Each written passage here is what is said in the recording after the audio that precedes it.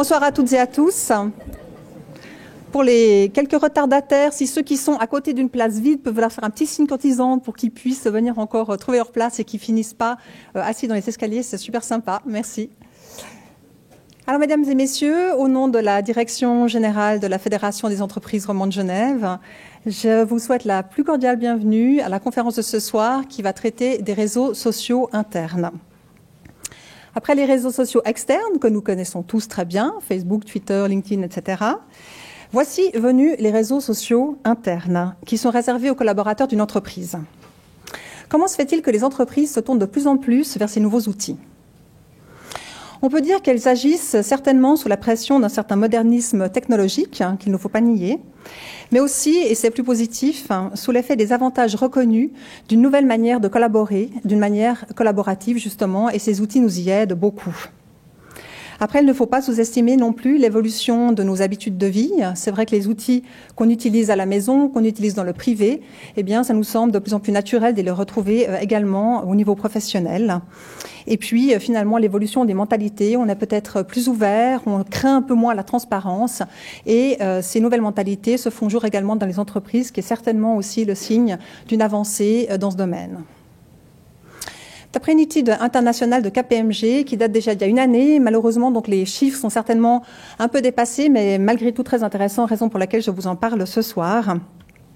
3/4 des employés qui travaillent dans une entreprise qui est elle-même déjà présente sur les réseaux sociaux traditionnels, donc externes, s'attendent à avoir accès à leurs réseaux sociaux privés également sur le lieu de travail. Et en fait, cette ouverture est extrêmement positive parce qu'à une très large majorité, les travailleurs dans ce type d'entreprise s'estiment également beaucoup plus engagés et plus motivés par leur employeur et de cette manière deviennent les porte-parole de leur entreprise, ce qui est en définitive positif pour la marque. Donc on se rend compte au travers de cette étude que non seulement l'ouverture est positive pour l'entreprise, mais également pour la motivation des collaborateurs et donc pour la marque en règle générale.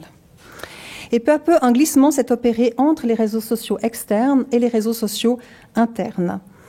En effet, si des outils collaboratifs existaient déjà, surtout dans la gestion de projets, ils étaient encore souvent fermés aux autres collaborateurs de l'entreprise qui n'avaient pas justement trait à ces différents projets. Aujourd'hui, les réseaux sociaux internes sont ouverts à tous, remplacent bien souvent les intranets déjà existants et vont même souvent jusqu'à remplacer les emails, ce qui est assez intéressant. Les résultats d'une telle stratégie sont positifs pour les entreprises qui ont sauté ce pas. 80% de celles qui ont déployé un réseau social interne ont constaté un bénéfice pour leur activité grâce au partage des connaissances, à l'amélioration du bien-être au travail et un meilleur réseau relationnel des collaborateurs. Donc en fait, on peut dire que si les collaborateurs arrivent à mieux communiquer entre eux, qu'ils se connaissent mieux, qu'ils comprennent mieux les buts entiers, disons complets de l'entreprise, eh bien tout simplement, ça, c'est un bénéfice pour tout le monde. C'est la fameuse situation gagnant-gagnant pour l'entreprise et pour les employés. Et cerise sur le gâteau, 8 entreprises sur 10, 8 sur 10 donc, jugent que leur profil public a été amélioré grâce à une plus grande ouverture à l'interne. Cela dit, bien sûr, des effets indésirables peuvent aussi se faire sentir, qu'il s'agit d'adresser, si possible, avant de se lancer dans une stratégie de communication interne sur des réseaux sociaux internes. On peut citer pêle-mêle la sécurité informatique, la consommation de bandes passantes, la baisse de productivité des employés qui serait liée à une perte de temps et une dispersion de la concentration, et la diffusion de données sensibles. Au niveau mondial, et ce chiffre est intéressant parce que assez surprenant, 70% des entreprises sont présentes sur les réseaux sociaux, donc externes, j'entends. En fait, on se rend compte que dans les pays occidentaux, donc dans nos pays, il subsiste encore une réelle réticence de la part des entreprises à aller sur ces réseaux sociaux, mais ça n'est pas du tout le cas dans les pays émergents. Et en fait, les pays émergents, non seulement d'emblée vont sur les réseaux sociaux, peut-être parce que c'est pratique, ils sont faciles d'accès, ça coûte relativement peu cher, mais qu'en plus, ils utilisent aussi immédiatement ces réseaux sociaux pour leur communication interne et qu'ils remplacent en fait à la base l'email, par exemple, ou bien l'intranet qui n'est en fait jamais mis en place. Donc l'intranet tel qu'on le connaît aujourd'hui dans les entreprises des pays émergents, souvent n'a jamais existé, tout simplement. Et en fait, c'est une réelle concurrence sur les marchés de plus en plus globalisés que nous connaissons, que nos entreprises connaissent. Et il est important que les entreprises occidentales deviennent elles aussi agiles sur ces réseaux, que ce soit à l'interne comme à l'externe. Au-delà de ces considérations générales, plusieurs questions se posent. Une entreprise de petite taille a-t-elle réellement un intérêt à investir dans un réseau social interne ? Comment réussit-on la transition entre un intranet traditionnel et un intranet collaboratif, donc un réseau social interne? Comment former ses collaborateurs à ces nouveaux outils? Et comment régler les abus? Tous ces points et bien d'autres seront certainement abordés ce soir et je me réjouis de les entendre. Je vous remercie pour votre attention et je vous souhaite une excellente conférence. Merci.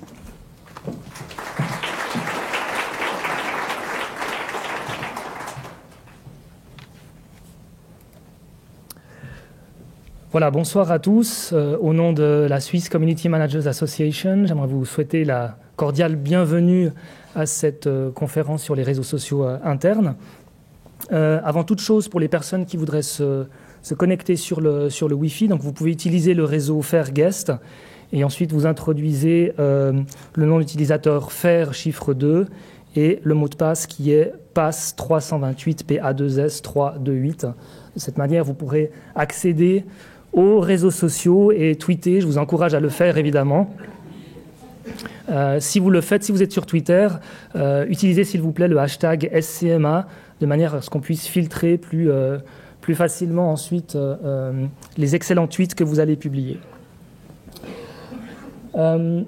Un petit mot rapide pour remercier les partenaires. Et évidemment, je tiens à remercier particulièrement ce soir la FAIR Genève qui nous accueille dans ce magnifique auditoire pour cette conférence. J'aimerais aussi évidemment remercier notre partenaire vidéo, la société Brew, qui fait la captation vidéo en fait de cette conférence. Donc c'est le monsieur avec la caméra que vous voyez dans le fond de la salle. Et puis enfin, l'Institut de formation Net Academy. Alors, peut-être quelques mots sur notre association pour les personnes qui ne la connaissent pas encore. Donc, la Swiss Community Managers Association, ou SCMA, est une association en fait, qui regroupe tous les professionnels en Suisse, les professionnels des médias sociaux et des communautés en ligne. C'est une association qui existe depuis plus de 3 ans maintenant. On a une communauté qui grandit régulièrement avec environ 800 personnes actuellement. Et nous organisons des conférences thématiques tout au long de l'année auxquelles, évidemment, vous êtes encouragés à participer. C'est une association qui est ouverte, donc tout le monde peut devenir membre. Et donc, pour une cotisation assez modeste, finalement, vous avez accès à toutes nos conférences tout au long de l'année. Nous avons également, depuis peu, des formations qui sont proposées à nos membres. Et donc, vous pouvez consulter les offres de formation sur notre site scma.ch/formation. Vous avez toutes les informations là-dessus. Voilà, alors ça, c'est les formations actuelles auxquelles vous pouvez vous inscrire, avec une première formation par l'Institut Net Academy que j'ai le plaisir de co-diriger avec ma collègue Edith Page, où vous pouvez vous former en quelques jours au métier de community manager, une compétence qui est de plus en plus demandée dans les entreprises, que ce soit pour une action vers l'externe ou que ce soit pour une action en interne dans l'entreprise. Et puis enfin, Valérie Demont qui propose prochainement une combinaison conférence-formation sur la thématique du contenu web, également pour le mobile.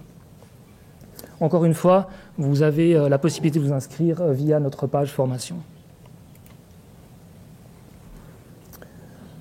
J'aimerais vous inviter à réserver dans vos agendas la date du 10 février, qui va arriver très vite. Ça, c'est notre prochaine conférence qui aura lieu ici même à la FAIR, avec pour titre « Le web au féminin ». Voilà, on va s'intéresser aux femmes. Donc, à vous, mesdames, dans la salle, vous ne pouvez pas ne pas participer à cette prochaine conférence. Et puis, pour nous, les hommes, je pense qu'on va apprendre pas mal de choses. Donc, j'invite les hommes aussi à s'inscrire. Donc, vous vous rendez simplement sur scma.ch et puis vous avez toutes les infos sur cette prochaine conférence ainsi que le lien vers la page d'inscription.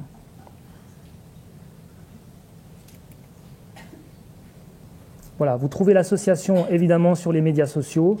Donc nous sommes sur Twitter, sur Facebook, LinkedIn, Google+, Instagram. Et tout en bas, vous avez évidemment, encore une fois, l'adresse de notre site web.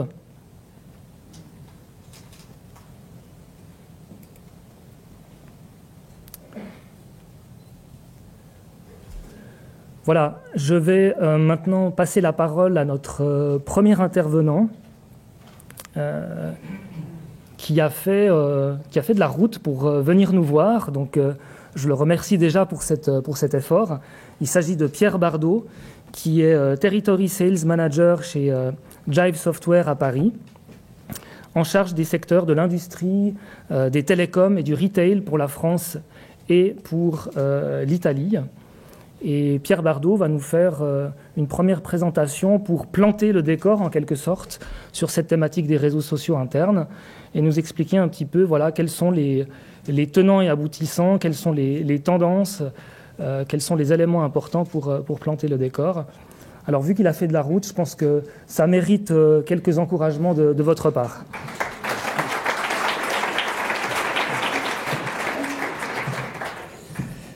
Merci beaucoup. Malheureusement, je ne serai pas là le 10 février pour la prochaine session. Je suis désolé, j'aurais vraiment voulu être là parce que ça a l'air très, très intéressant, ces petites études sur le web au féminin. Non, sérieusement, sincèrement aussi. Je suis le premier à passer, donc il faut un petit peu... voilà. Je vais essayer de vous parler effectivement le thème qui m'avait pas été imposé, mais quelque part un peu dicté pour les 20 minutes de présentation que j'ai aujourd'hui devant vous. C'est effectivement sur les réseaux sociaux entreprises, ça on s'en doutait, mais essentiellement panorama, tendance et valeurs ajoutées. Donc je vais essayer avec le prisme que l'on peut avoir nous chez Jive, sachant qu'on est nous un éditeur de solutions, on va dire collaboratives et sociales d'entreprise, de vous donner un petit peu notre ressenti sur ce qu'est le marché et ce que font nos clients aujourd'hui avec nos solutions. Et je pense qu'on aura ensuite une partie questions-réponses qui pourra aussi permettre, si vous souhaitez interagir ou en savoir un peu plus, de me poser des questions. Voilà. Suivant. Il y a beaucoup de rapports qui ont été publiés sur le domaine, sur le secteur, énormément de littérature sur le sujet. Donc j'ai choisi d'en prendre une qui date un petit peu, mais qui, somme toute, peut introduire cette notion sur laquelle je vais revenir un petit peu juste ensuite, qui est le McKinsey Global Institute, qui avait publié en juillet 2012 une étude qui s'intitulait donc Social Economy. Qu'est-ce que représentait ce monde Social Economy, comment on la valorisait et qu'est-ce que ça représentait concrètement dans les entreprises. Et on va dire, bon, outre les premiers 70 ou 90%, ce qui était intéressant ici, c'était de focaliser sur les 28 heures qu'avait, on va dire, déduit cette étude qui portait sur un peu plus de 1500 entreprises dans le monde et qui mettait en avant qu'effectivement 28 heures était le temps que les knowledge workers étant des gens qui sont censés pouvoir prendre des décisions et avoir des réflexions dans le cadre de leur travail, c'est-à-dire tout ce qui n'est pas des tâches répétitives ou automatisées, où on n'a pas forcément besoin de faire appel à de l'interaction avec d'autres collaborateurs. Ces knowledge workers, tels que le McKinsey Global Institute les définissait, passaient environ 28 heures par semaine à faire de la recherche d'informations, de la recherche d'expertise, travailler avec des collaborateurs lors de réunions, envoyer des emails, bref, une part importante du temps passé par semaine, finalement à faire des tâches qui leur permettaient in fine d'être productifs, mais sur lesquelles on pouvait, a priori, d'après en tout cas le McKinsey Global Institute, optimiser la productivité.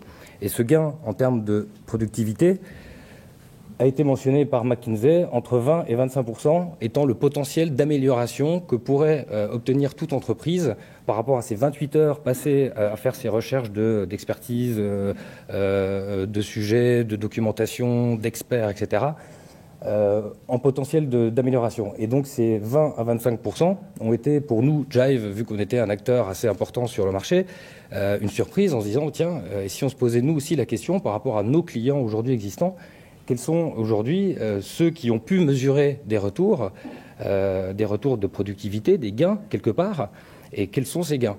Et donc, on s'est posé la question chez Jive, Et on a fait une étude, nous aussi, fin d'année 2012, sur à peu près 500 de nos clients, on a à peu près 800 clients dans le monde, un panel de 500 clients, où on est allé leur poser la question, pas nous, c'était donc une société qu'on avait mandatée, et qui est allée interroger nos clients en disant « Pourquoi vous utilisez Jive ? Dans quel cadre utilisez-vous Jive ? Et quelque part, quels sont les retours, les bénéfices que vous avez pu peut-être valoriser dans le cadre de votre entreprise ?»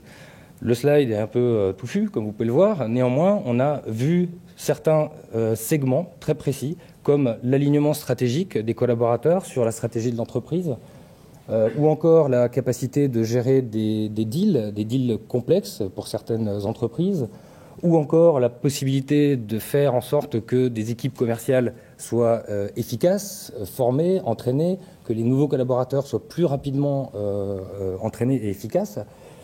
La partie marketing qui était également un point important, et la dernière partie qui était le customer service, donc le support client, où là encore une fois nos clients utilisaient Jive et y voyaient vraiment des choses, on va dire, très, très importantes.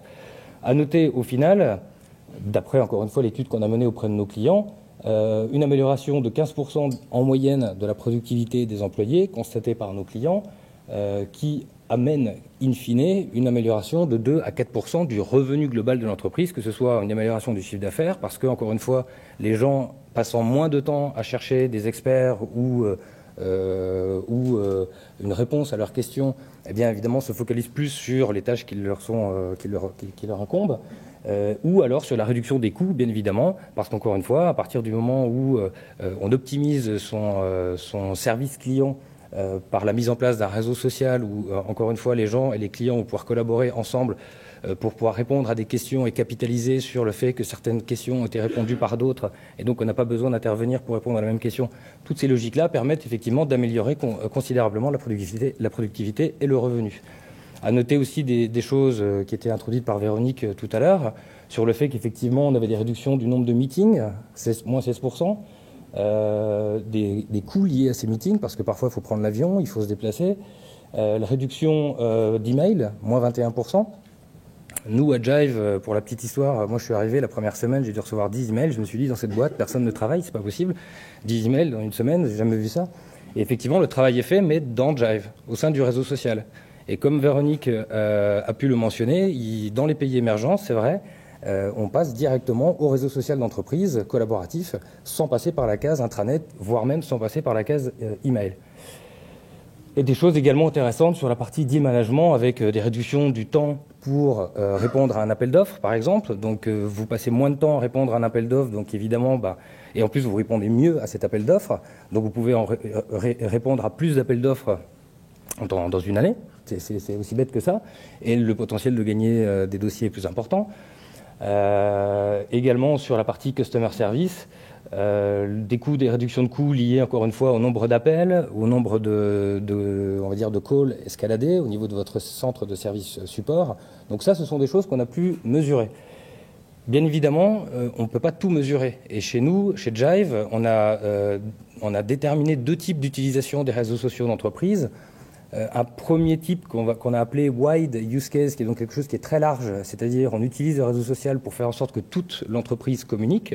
Et là, on retrouve quelque chose qui est similaire un peu à un portail ou à de l'intranet, où c'est quelque chose où effectivement tout le monde va venir communiquer à l'intérieur de Jive. Et là, pour calculer un ROI, c'est quand même assez touchy.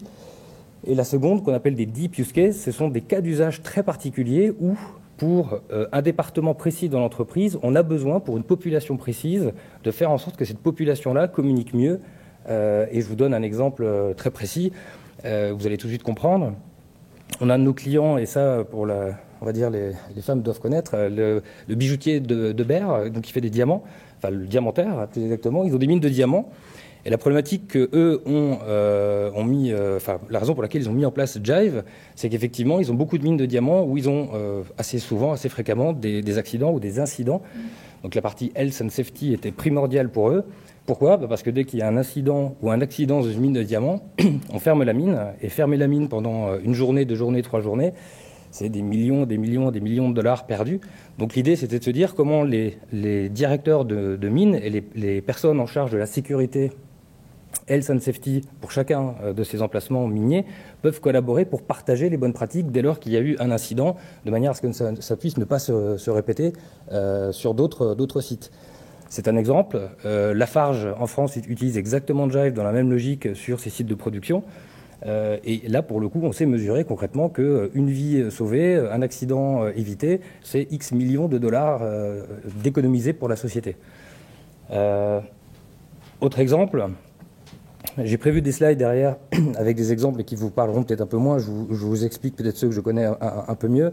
Un laboratoire pharmaceutique en France utilise nos solutions aujourd'hui pour pouvoir faire en sorte que leurs équipes R&D ne puissent pas être amenés à travailler en même temps sur des mêmes molécules au niveau de la R&D, parce que ça s'est fait par le passé. Ils sont aperçus que pendant 1 an et demi, 2 équipes différentes, une aux États-Unis, l'autre donc en Asie, travaillaient sur la même molécule depuis plus d'1 an et demi. Donc vous imaginez les coûts générés par la perte finalement générée par le fait que ces 2 équipes ne savaient pas qu'elles travaillaient sur les mêmes molécules. Donc là, on est vraiment sur du deep use case, donc quelque chose qui est vraiment très précis, particulier à une population, et qui amène énormément de valeur à une population dans un cas bien précis. Dernier exemple peut-être, dans l'industrie, une société qui fabrique des alliages spéciaux pour l'aéronautique s'est vu un taux de refus de pièces de son client aéronautique, un taux de rebut de pièces augmenté considérablement. La raison était très simple, c'est qu'effectivement pour fabriquer ces pièces, il faut les fondre, il y a des fonderies, et que dans ce monde-là, il y a beaucoup d'anciens qui sont partis à la retraite. Et ces personnes, c'était des gens qui avaient un peu la secret sauce pour faire fondre un alliage à telle température, à tel dosage, etc. etc. Rien n'était réellement documenté. Et c'était un vrai problème pour l'entreprise, parce qu'encore une fois, il n'y avait aucune trace, aucun papier, aucune vidéo, rien de précis sur le sujet.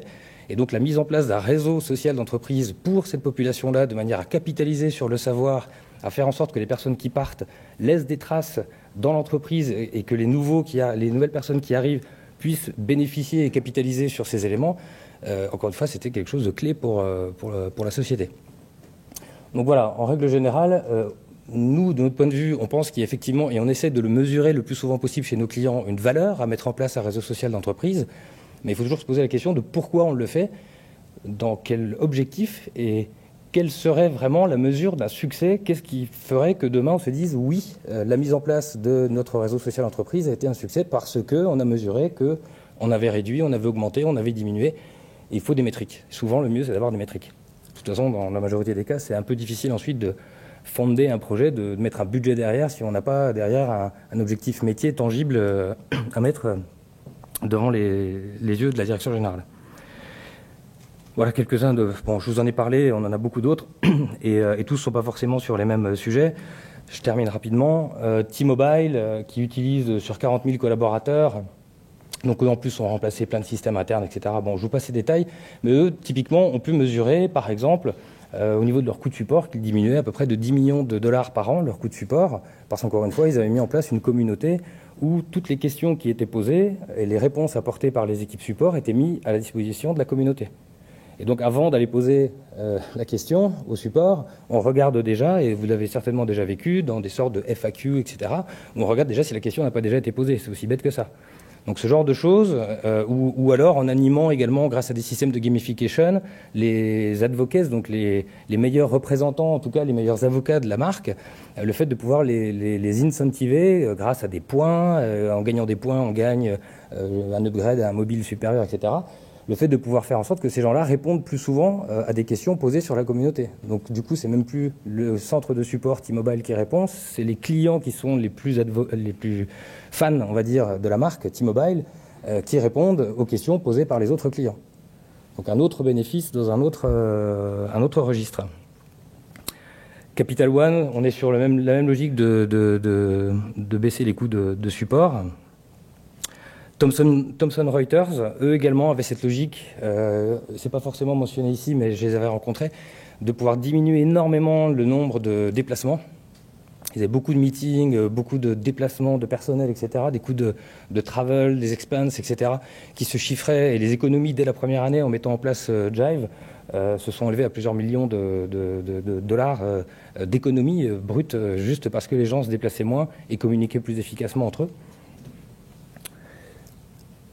CSC également, eux pour le coup c'était un cas, et c'est toujours le même cas d'usage, donc CSC, grosse société de consulting dans l'informatique, eux ont utilisé réellement Jive pour la partie deal management. Ils avaient des gros appels d'offres où ils devaient faire en sorte qu'une trentaine de personnes collaborent, le juridique, l'informatique, les experts métiers, les avant-ventes, la sécurité, les produits, etc.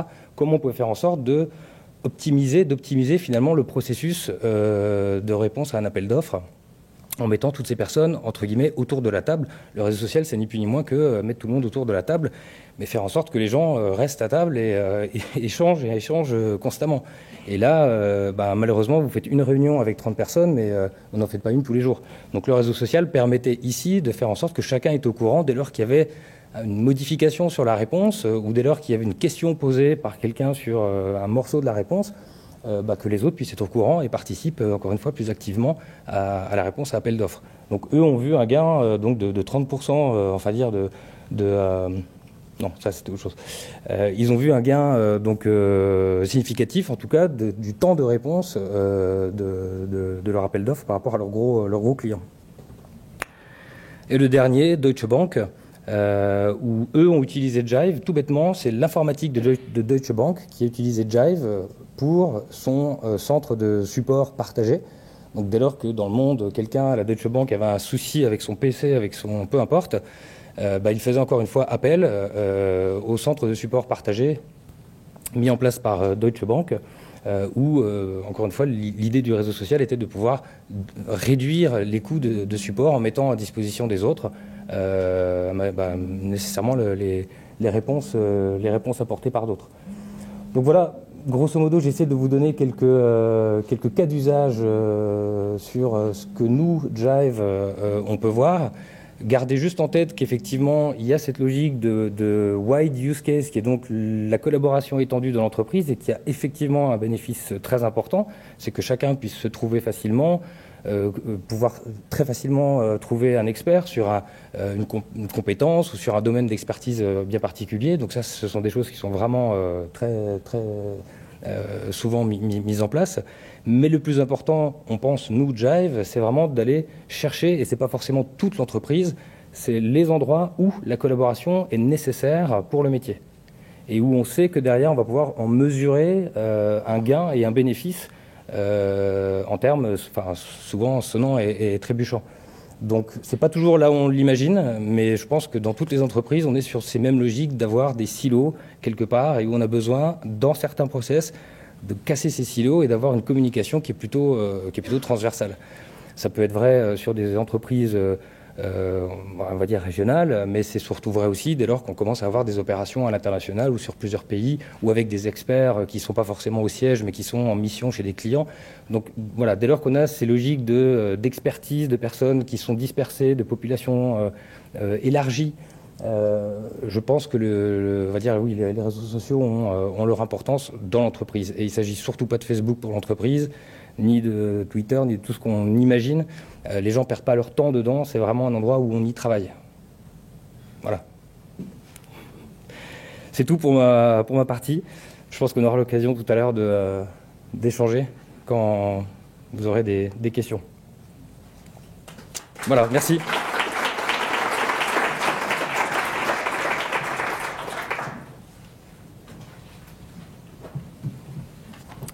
Voilà, merci Pierre. Effectivement, gardez bien vos questions pour tout à l'heure, pour la fin. On aura une petite table ronde et une petite session de questions-réponses. Alors, on va accueillir notre deuxième intervenant pour avoir cette fois-ci... alors, vous avez vu là le fournisseur de solutions. On va avoir maintenant... Le point de vue de l'utilisateur, du client, de l'entreprise qui effectivement a mis en place un réseau social interne. Ça nous a paru intéressant, voire indispensable d'avoir ce type de témoignage dans cette conférence. Et donc j'ai le plaisir d'accueillir maintenant Xavier Ancio, qui est responsable du Centre de compétences de collaboration sociale et de la gestion des contenus d'entreprise chez Givaudan. une entreprise que tout le monde connaît, donc on se réjouit de savoir comment ça fonctionne chez eux. Xavier, je vous laisse la parole tout de suite.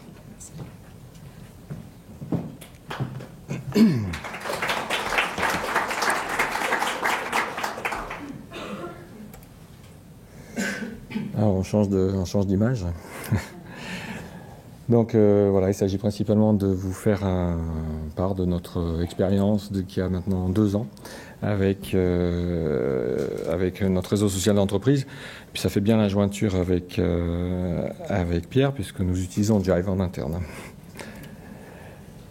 Donc je vais vous parler 3 minutes de Givaudan parce que c'est intéressant et ça me fait plaisir. Et donc nous sommes et puis en plus nous avons des confrères dans la salle, donc on est dans les mêmes eaux pour le réseau social et pour les produits. Chez Givaudan, donc nous sommes un des leaders, le leader mondial sur l'industrie des arômes et des parfums, et on travaille dans tous ces domaines. Je ne vais pas vous détailler tous les éléments, mais le genre de business auquel on a affaire. Prendre un exemple, comme vous allez avoir une conférence pour ces dames la prochaine fois, on fabrique des parfums. Peut-être que certains d'entre vous en portent aujourd'hui. Donc c'est un environnement très concurrentiel et on se retrouve souvent donc, sur des appels d'offres face à d'autres confrères. Mais typiquement, un appel d'offres classique va être, on va nous demander de faire un parfum pour des femmes de type européen. Imaginons que ces femmes ont environ la trentaine. Et puis l'appel d'offres, ça va être, imaginez que cette femme se promène dans son appartement, pieds nus, cet appartement a un plancher en bois, comme l'estrade ici, et cet appartement est rempli de papillons. Voilà, on gagne, et ce coup-là on l'avait gagné face aux concurrents, on gagne ce genre d'appel d'offres. Alors, moi qui travaille dans l'IT, si on nous dit voilà votre projet, j'aurais bien du mal. Mais donc c'est un milieu très très créatif. Et nos parfumeurs ont besoin de collaborer autour de ce genre de choses. Des exemples donc sur les arômes. Là, plus traditionnellement, on va nous demander de fabriquer, par exemple, des chips qui auront toujours un très bon goût de chips, mais sans sel. Ou d'autres aliments, des boissons gazeuses, disons, avec moins de sucre, ou ce genre de choses pour suivre les tendances un petit peu du moment. Voilà. Donc chez Givaudan, ça c'est important pour la mise en place de notre réseau social. Nous sommes déployés dans toutes les régions du monde. Nous avons plus de 80 sites et un peu plus de 9000 employés auxquels nous avons proposé le réseau social, j'y reviendrai. Bon voilà, je vous laisse lire quelques chiffres. Vous inquiétez pas pour nous, tout va bien. Donc ça fait également la liaison. Donc on a démarré, vous voyez sur la slide, octobre 2012, notre aventure a à peu près un peu plus de 2 ans. En octobre 2012, cette étude McKinsey est arrivée aussi jusqu'à nous.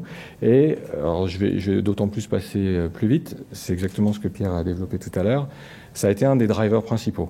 Et il y avait des éléments, il y avait de la valeur à attendre de la mise en place d'un réseau social, d'après ce qu'on a compris de cette étude, mais il y a aussi des challenges qui étaient importants. Donc moi, les fameuses 28 heures, ça interpelle tous les gens dans l'entreprise qui signent des chèques, et ça nous parlait bien. Un truc important aussi, c'était que, en gros, l'étude disait que le potentiel créatif des entreprises était largement sous-exploité, et que les entreprises qui arriveraient à mettre en place des réseaux sociaux interne pourrait améliorer ce potentiel. Et sachant que chez nous, comme je l'ai expliqué avant, la création est quelque chose de très important, ça nous interpellait encore plus. On retrouve les mêmes chiffres que tout à l'heure. Donc, en termes de challenge, par contre, ce qui est important, c'est que pour arriver à bénéficier du potentiel de la mise en place du RSE, il va falloir opérer quelques changements dans l'entreprise, et des changements organisationnels. C'est-à-dire que culturellement, le partage, c'est pas une valeur qui est très développée chez nous. Il est même pas rare d'avoir, alors chez nous par contre, d'avoir des équipes en interne qui sont en compétition.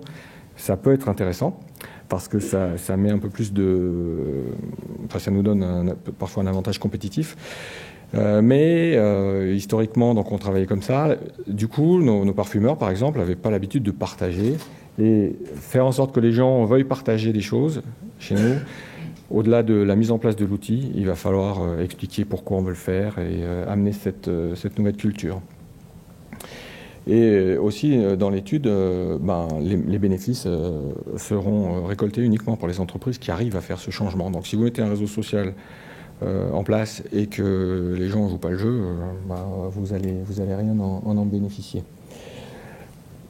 Alors, j'ai pris cette slide-là parce qu'on s'était posé la question au départ de l'audience qu'on voulait adresser, et on s'est, et ça a été touché un petit peu par Véronique lors de l'introduction, on s'est cantonné délibérément à nos employés dans un premier temps. Il y a un conseil qu'on a entendu très souvent aussi si vous démarrez dans cette aventure, c'est qu'il ne faut pas forcément vouloir démarrer Big Bang, il faut aller progressivement. Et les choses, laisser faire un peu les choses et adapter en fait votre approche à ce que vous voyez sur le terrain. Donc il ne s'agit pas de faire un Big Bang, en tout cas pour nous, il ne s'agissait pas de faire un Big Bang, il s'agissait d'y aller très très progressivement. Donc notre audience de départ, c'était nos employés pour qui on voulait améliorer l'agilité, la productivité. Et dans un deuxième temps, et on en est là aujourd'hui, nos fournisseurs, nos partenaires aimeraient aussi, ou certains de nos clients, aimeraient bien pouvoir travailler avec nous dans un mode un peu plus collaboratif que ce qu'on a à travers les emails ou les outils hors réseaux sociaux. Et puis bon, tout ce qui est crowd, pour nous, c'est pas encore quelque chose qu'on souhaite adresser. Alors, je vais vous donner 2 mots sur notre processus de sélection, donc qui date de 2 ans maintenant, et les slides, je ne les ai pas changés parce que c'était l'état du marché à l'époque. Donc on utilise beaucoup chez nous les Magic Quadrants du Gartner, donc faut prendre le bon évidemment parce qu'il y en a tellement. Et vous voyez qu'à l'époque, Microsoft, IBM et Jive étaient les top players, donc les leaders et à la fois les visionnaires. Donc là, traditionnellement, chez nous, on va rarement aller chercher les niche players ou les gens qui sont uniquement visionnaires. Et ça a été un des principaux drivers. Donc, bon, je vous l'ai déjà dit, on a retenu Jive. Il y a un acteur, je pense, qui n'était pas présent sur ce chart, qui est Tiber, qui depuis est apparu et qui a l'air de peut-être de vous donner du mal. Mais voilà, donc ça bouge, je pense, ça bouge très très très vite. Les principaux critères qui étaient importants pour nous, donc c'était évidemment le Magic Quadrant, de voir combien ces fournisseurs avaient d'utilisateurs installés dans le monde, les parts de marché, les tendances. Si vous misez sur un fournisseur qui n'est pas le bon, en shortlist, on en avait un autre à l'époque qui s'appelle Blue Kiwi, mais qui depuis a été racheté par Atos. Bon, ça tombe bien qu'ils aient été rachetés, mais si il disparaît, vous avez fait mauvaise pioche et vous devez recommencer tout. Les possibilités fonctionnelles des outils ne sont pas toutes rigoureusement équivalentes, donc il s'agit de bien cerner ce que vous avez envie de faire et de regarder si la solution que vous allez retenir correspond à vos besoins. Chez nous, je ne sais pas comment on dit en français, la usability, le fait que ce soit facile à utiliser est aussi très important. Nos utilisateurs, on est dans un monde où on n'a pas que des gens assis derrière des bureaux à longueur de journée, on n'est pas une société d'informatique comme CSC et autres, donc les ordinateurs, les gens ne sont pas forcément assis derrière tout le temps. Il y avait le temps de mise en œuvre aussi qui était très important, donc Startup Ready to Go Time. Il ne fallait pas un projet de 6 mois pour démarrer la plateforme, il fallait pouvoir démarrer rapidement. Et puis les possibilités d'évolution. Et au tout début, je crois que le premier contrat qu'on avait fait, on avait 1000 ou 1500 licences. Aujourd'hui, je vous le redirai, mais on a plusieurs milliers, on a bien grossi. Et évidemment, les coûts de mise en place, infrastructure, implémentation, support, etc., sont traditionnellement à regarder, ainsi que le support. Typiquement, à l'époque, Blue Kiwi n'était pas éligible pour nous, parce qu'ils avaient des horaires de support, heure de Paris, voilà, uniquement. Et comme on est implanté partout dans le monde, il fallait avoir un support disponible tout le temps. Alors, nos fondamentaux, au départ, il s'agissait, là, comme toute appli informatique, mais il faut bien se poser les bonnes questions. nos drivers étaient ça. C'était, on voulait absolument connecter les gens, amener les gens à se parler, à se connaître, faire en sorte que quand on cherche de l'expertise chez nous, on le trouve facilement. Aujourd'hui, c'est facile. Si je cherche un expert en vanille ou un expert en parfum, arôme ou autre, je vais plutôt que dans le directory, je vais dans Jive. Si la personne a rempli son profil correctement, je la trouve. Donc ça, c'était ce genre d'objectif-là que l'on cherchait. Connecter les gens, voilà, vous voyez les petites photos. Et trouver de l'expertise, c'est quelque chose qui revient de façon très très récurrente. Alors, on retrouve le même dessin que tout à l'heure, mais on a donné un petit nom à notre plateforme, elle s'appelle Shake. Peut-être parce qu'on voulait secouer un peu les choses et faire amener de la nouveauté. Et donc les grandes idées que l'on voulait supporter avec la plateforme, c'était que les gens puissent trouver la bonne information au bon moment pour faciliter leur travail, que la connaissance était partagée de façon plus ouverte, l'expertise, je l'ai déjà dit. Et par contre, quelque chose de très nouveau que l'on a introduit là, c'est que souvent, par exemple, on a mis en place un système de gestion documentaire avec beaucoup de règles, une gouvernance très stricte, des permissions très élaborées. Là, on a dit, c'est open bar. On l'a laissé faire. On a mis la plateforme à disposition. On a expliqué aux gens ce qu'il fallait, l'objectif qu'on attendait de ça. Je reviendrai après. Donc, ça a été un choix délibéré. D'autres entreprises que l'on a rencontrées ont fait des choix différents, ont canalisé. Pour nous, laisser les gens faire ce qu'ils voulaient, c'était un moyen de favoriser l'adoption, le fait de les amener à collaborer plus facilement. Le gros challenge aussi vis-à-vis du management, c'est ça, c'est une question récurrente de la part des gens du légal, notamment compliance. Qu'est-ce qui va se passer si les gens commencent à discuter de choses pas forcément très discutables en public entre guillemets, donc en interne entreprise. Et voilà, donc ça c'est une grosse crainte au début. Là aussi on a fait un choix de laisser faire, on a laissé ouvert, sachant que les gens ne sont pas anonymes, ils sont connectés au système, donc leur nom apparaît et aussi leur position, donc on sait exactement quel job ils occupent. Et s'ils commencent à raconter des histoires pas très correctes, c'est leur réputation professionnelle au sein de l'entreprise qui est mise en jeu. En 2 ans, j'ai dû avoir enlevé peut-être 2 postes. Et rien de grave. Donc une fois la personne s'était trompée d'endroit et puis une autre fois ça parlait d'Apple TV etc. On ne voyait pas vraiment le rapport, donc là les utilisateurs se sont plaints, sont venus vers nous, on a expliqué comment rapporter les problèmes. Voilà, donc en gros sur le nombre de postes que l'on a, autant dire anecdotique. Cela dit, et j'illustrerai dans les exemples, il y a toujours une crainte et aussi culturellement, selon les pays, c'est très différent. Donc, en Asie, en Amérique du Nord, les gens ont des craintes différentes de ce que peuvent avoir les gens en Europe. Donc, on a mis en place un système de monitoring de tout ça. Alors, comment s'est déroulé le projet? Donc, j'ai 5 grosses rubriques. J'ai commencé par le change management parce que pour nous, c'était le plus important. Il faut être prêt à changer des choses. Sinon, si on déploie l'application comme on fait habituellement, on invite les gens à des trainings. Chez nous, il ne se serait pas passé grand-chose. Donc, on s'est fait aider. On a pris des consultants qui connaissaient bien ce métier. Et on a pris des représentants de différentes organisations. Évidemment, IT, donc chez nous, arôme, parfum, ressources humaines, finance, évidemment communication. Et on a mis tous ces gens dans un workshop de quelques jours, en les accueillant sur l'idée de mettre ça en place. Et ils devenaient un petit peu les utilisateurs, les pionniers de ce qu'on allait faire chez nous. Donc, soft launch, comme on appelle ça en anglais, les gens étaient plutôt volontaires au départ, avaient une idée de ce que ça pourrait leur apporter.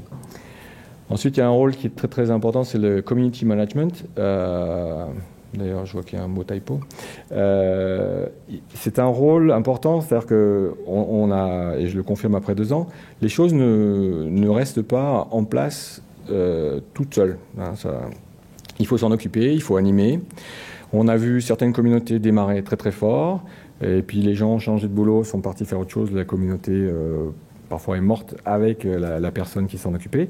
Donc il ne s'agit pas juste de mettre, encore une fois, l'outil à disposition. Chez nous, de faire des choses jolies avec des jolis écrans, des jolies couleurs, comme on le fait dans les autres applications, ça c'était important et on peut le faire. Mais il faut surtout que les gens soient motivés à mettre du contenu et à animer. On a entendu tout à l'heure le terme d'avocat, donc ça c'est vrai. Une chose aussi, c'est que sont souvent les gens qui sont volontaires, qui viennent vers vous demander est-ce qu'ils peuvent faire des choses, qui vont être les meilleurs avocats. Si vous prenez des gens dans les organisations et vous les nommez, vous dites voilà, à partir de demain tu seras community manager, ça ne marche pas à chaque fois. Donc il est préférable d'avoir des gens qui soient très motivés par le sujet. Voilà. Donc ensuite, et ça c'est peut-être particulier à notre environnement, j'ai vu des instances Jive chez d'autres clients qui sont, comme on dit, out of the box. Nous, il faut absolument que ce soit avec les bonnes photos, les bonnes couleurs, sinon c'est bloquant, ça marche pas. Donc, on le sait, c'est culturel, donc on peut le faire. Et parfois même, certaines communautés faites directement par le business sont même plus jolies que celles qu'on peut faire nous à l'IT. Et du coup, après, il y a des sortes de formats standards qu'on voit proliférer à droite à gauche. Les gens disent tu pourrais me passer ton truc, tes boutons, tes machins, ils se les remettent. Et puis finalement, ça se fait comme ça. Et ça se passe très bien. Et donc, un des points qui apparaît en dessous, en tant qu'IT, on peut se dire, s'il commence à customiser dans tous les sens, on va avoir plein de problèmes quand on va monter de version. On a démarré à l'époque en Jive 5, on est actuellement en Jive 6. Ce que je n'ai pas mentionné, c'est que le choix que l'on a fait aussi, c'est de mettre la plateforme dans le cloud. Alors, avec une particularité, donc on est en mode hosted, c'est-à-dire qu'on a un environnement dédié. À l'époque, l'offre n'était pas disponible dans le pure cloud. Certains clients décident de le mettre chez eux, à la maison. Donc nous, on a ouvert. On a mis en place un peu de quincaillerie IT pour faire en sorte que les gens n'aient pas besoin de se connecter à chaque fois. C'est-à-dire qu'une fois qu'ils sont dans l'entreprise, ils cliquent sur leur icône Shake et ça s'ouvre. C'est reconnu automatiquement, ce qui n'est pas le cas pour toutes nos applis, mais ça nous paraissait indispensable. Et puis évidemment, il faut parler avec les gens de la sécurité, les gens de compliance, etc., qui se posent des tas de questions. On a aussi fait une intégration avec notre Active Directory pour que les profils des gens soient partiellement remplis. Donc comme je disais tout à l'heure, on va récupérer les noms, on va récupérer le job, l'endroit où les gens travaillent habituellement, leur numéro de téléphone. Par contre, chez nous, quelque chose qui peut être très délicat, c'est de récupérer les photos automatiquement. On a tous des badges pour entrer sur les sites. Ces photos, elles sont donc dans des systèmes et ça pose problème. Donc, on laisse les gens... Puis de toute façon, c'est plus sympa parce que les photos des badges en général ne sont pas très jolies. Donc, on laisse les gens mettre les photos qu'ils souhaitent. Avec, là aussi, c'est mettez ce que vous voulez. Bon, évidemment, on n'attend pas à avoir vos photos aux dernières vacances en maillot de bain sur la plage. Mais donc en anglais, on utilise un terme business appropriate, et à vous de voir. Et là aussi, on n'a jamais eu de débordement. Les gens, en général, mettent des photos qui sont tout à fait correctes. Et puis, et on passe beaucoup de temps là-dessus lorsqu'on accueille nos nouveaux utilisateurs. On a en place un système de formation d'onboarding. On a une communauté pour les nouveaux entrants. Et au début, on passe énormément de temps à leur expliquer c'est important de mettre votre profil à jour. Si vous n'avez pas envie de partager, si vous n'avez pas envie de mettre votre photo, si vous n'avez pas envie de raconter ce que vous faites, si vous n'avez pas envie de raconter votre parcours professionnel ou vos intérêts perso, peut-être que vous n'avez pas grand-chose à faire sur cette plateforme. Et encore une fois, on n'a pas imposé la plateforme. La plateforme, elle est là. Si ça vous plaît, vous êtes bienvenus. On va vous aider à vous en servir. Alors ça, c'était au début. Maintenant, à partir du moment où certains managers dans les organisations ont décidé qu'ils allaient utiliser ça parce qu'ils se sont rendus compte que c'était utile, je reviendrai sur des cas d'utilisation. si le boss y est, ils n'ont pas trop le choix, donc ils y vont. Mais on n'a jamais forcé, ça a été toujours volontariat.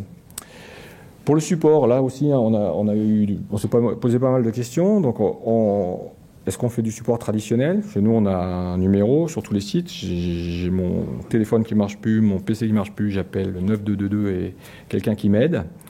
Là, on a décidé que pour ça, pour Shake, on appelle le support si j'arrive pas à rentrer dans la plateforme. Mais à partir du moment où on est dans la plateforme, bah, vous n'avez qu'à demander aux autres. Et vous avez un problème, on vous dit voilà, il y a le Getting Started, le truc pour les nuls, etc.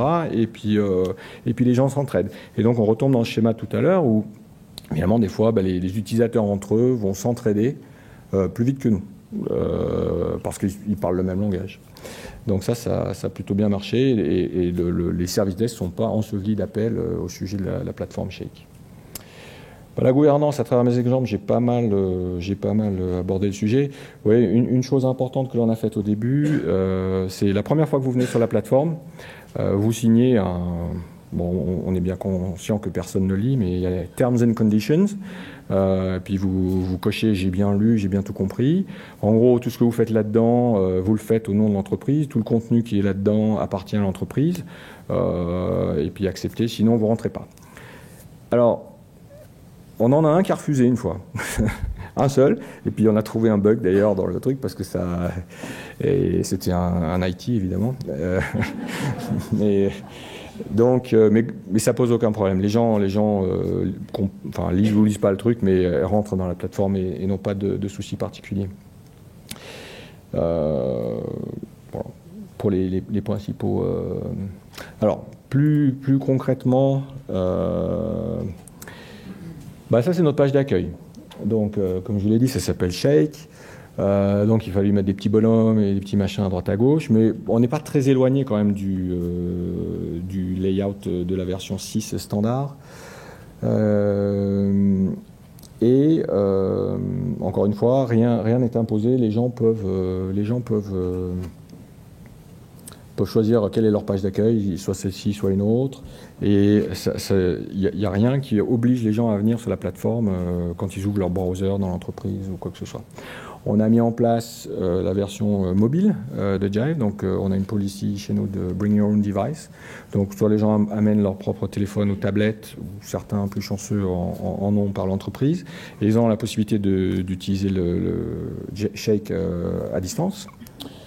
Voilà. Et un seul petit bout d'intégration qu'on a fait, vous avez la photo du PDG en haut à droite là. Ça, c'est un petit bout de ficelle qu'on a tiré entre l'intranet existant et la plateforme Shake que l'on utilise pour l'instant. Alors, aujourd'hui, on a un peu plus de 6000 utilisateurs. Donc, je vous avais dit, on est 9000 chez Givaudan. Et beaucoup de gens travaillent dans des usines. Donc, on a beaucoup de personnes qui n'ont même pas leur propre ordinateur. Donc 6000, ça dépasse toutes nos espérances. En tout cas, lorsqu'on avait démarré, on ne savait pas que ça irait très vite. Ça nous donnait l'occasion de souvent parler à Jive pour rallonger un petit peu le nombre de licences. Donc ça, c'est très scalable, comme on dit en anglais. Hein, c'est pas grave. Vous ne vous préoccupez pas de la taille des serveurs, de la place disque, etc. Il suffit de les appeler. Ils sont toujours contents de vous rendre service. Un autre paramètre actif sont les gens qui vont venir régulièrement et avoir un minimum d'interaction avec le système. Et ça, c'est important parce que vous pouvez avoir des gens qui viennent une fois puis qui ne reviendront jamais, ils viennent par curiosité. Donc, dans notre cas, et depuis 2 ans, on n'est pas toujours à 50, on est des fois un peu au-dessus, des fois un peu moins. On a donc 50% des gens qui viennent et qui reviennent et qui interagissent. Parce qu'au début, surtout plus ils sont hauts dans la hiérarchie, plus c'est difficile de leur dire il ne s'agit pas seulement de venir et de lire, il faut aussi faire un petit like de temps en temps, mettre un petit peu d'étoiles sur un document qui est sympa, écrire bienvenue. Par exemple, il y a certaines communautés qui servent à annoncer les nouveaux arrivants, les nouveaux embauchés. Voilà, donc ça, plus les gens sont, entre guillemets, à des positions élevées dans l'entreprise, plus ça prend du temps pour les faire sortir de leur période d'observation. Je pense qu'au début, tout le monde est dans une période d'observation. Enfin, petit peu inversement proportionnel à l'âge des utilisateurs. Plus ils sont jeunes, les jeunes en général ils rentrent tout de suite. Mais les gens un peu plus vieux comme moi, voilà, ils vont regarder, ils vont dire ouais ok j'ai vu, mais bon, j'ai rien à dire, je touche pas. Parce que si je touche, qui va voir que j'ai liké. Voilà, donc culturellement il faut préparer un peu tout le monde à ce genre de choses. Alors aujourd'hui on a un peu plus de 200. Dans la terminologie Jive, c'est des groupes, mais des communautés ouvertes chez nous. En fait, on en a bien plus, puisque comme on les laisse faire ce qu'ils veulent, souvent on en a qui sont ouvertes, juste les gens par curiosité, ils essayent, ou des fois ils font un truc pour petite période, ou pour 2-3 personnes. Donc cela, je les compte pas. Là, les 180 sont des choses réelles avec des participants, c'est vivant, quoi. Il se passe des choses dedans. Et je vais vous détailler un petit peu plus. Donc, en haut à gauche, alors je ne cherche pas à concurrencer le Gartner, et ça n'a rien de scientifique, mais on a en gros classifié nos communautés en 4 grandes catégories. En haut à gauche, celles qui sont formelles, un peu à la façon ancienne des sites intranet, top-down, ou des choses qui ont une durée de vie éphémère pour supporter des événements. Donc typiquement Flavor Views, celle-là c'est quand même un beau succès. C'est un des membres du board, la division Arome. Il s'appelle Mauricio, il a créé Mauricio's Blog. Donc pour l'instant, et on en a un deuxième avec le CIO qui est le IT Bits and Bytes, mais pour l'instant ils sont 6 au board. Bon, il n'y en a que 2. Mais Mauricio, on a passé au début quasiment 3 semaines à discuter avec les gens du design qui voulaient nous repondre un site web, et ils nous mettaient des boutons partout et des trucs en bas dans tous les coins. Et on leur disait oui, mais l'idée c'est que c'est un mur, donc il faut que ça puisse se dérouler. Donc voilà. Et 3 semaines pour finalement arriver à quelque chose où on a mis une bannière en haut. Et le reste, c'était standard, on n'a rien touché. Mais c'était un passage obligé. Il fallait prendre du temps avec ces gens-là pour leur dire ça sert à rien de mettre des clignotants et des bidules partout. L'important, c'est ce que Mauricio va raconter, que ce soit authentique. Le petit mot d'introduction, c'était soyez pas timide. Je fais ça pour vous partager avec vous un petit peu ce qui se passe dans la division. Et il est assez régulier. Depuis un an, un peu plus d'1 an, il publie régulièrement. 1 fois par mois ou des fois 2 fois. Bon, c'est quelqu'un qui voyage beaucoup, donc souvent ce sont pas des comptes rendus, mais des témoignages, des visites de sites qu'il peut faire. Il met des photos. Voilà. Alors par contre, où on a un peu de mal encore, c'est que les gens, bien qu'il ait mis « soyez pas timide », c'est pour discuter. Les quelques courageux qui osent répondre sont un petit peu pointés du doigt par tout le monde. Ah, t'as vu, lui... Voilà, il veut se faire bien voir par Mauricio, il est allé voir. Donc ça prend du temps. Culturellement, on a fait des années où quand un exécutif parle, les gens écoutent. Bon, donc c'est en train de changer. La communauté dans Shake ne suffit pas. La com est en train d'organiser des petits déjeuners, des choses comme ça, mais ça accompagne un changement culturel que l'on veut mettre en place. Autre exemple qui marche très très bien, là, un peu le même genre, celle tout en rouge, là, IT Bits and Bytes. Là, c'est une approche un petit peu différente. Le CIO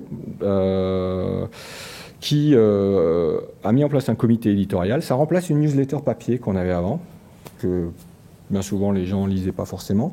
Et donc ce comité se réunit 1 fois par mois et il décide de publier des news de l'IT. Et donc ça marche pas mal, les gens viennent. Là, comme ils sont IT, ils sont peut-être moins timides, ils osent faire un peu plus de likes, un peu de commentaires. Et finalement, on s'est rendu compte que tout le monde avait quelque chose à raconter là-dedans. Donc, pour pas décrédibiliser, ça reste relativement formel, c'est sur l'organisation, sur les nouvelles ressources. On a créé un sous-espace qui s'appelle IT Corner, où là, c'est... À nouveau, allez-y, discutez de ce que vous voulez. Et typiquement, les histoires qui marchent le mieux, c'est quels sont vos raccourcis, enfin récemment, quels sont vos raccourcis clavier préférés.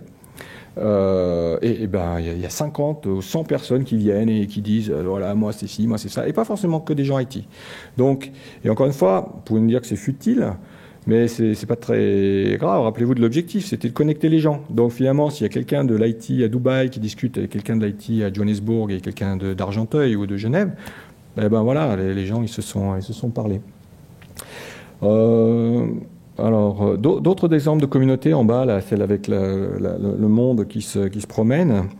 Ça, c'est une communauté purement, oui, clairement pas business, rien à voir. C'est une dame qui était à Cincinnati, qui était passionnée de langue.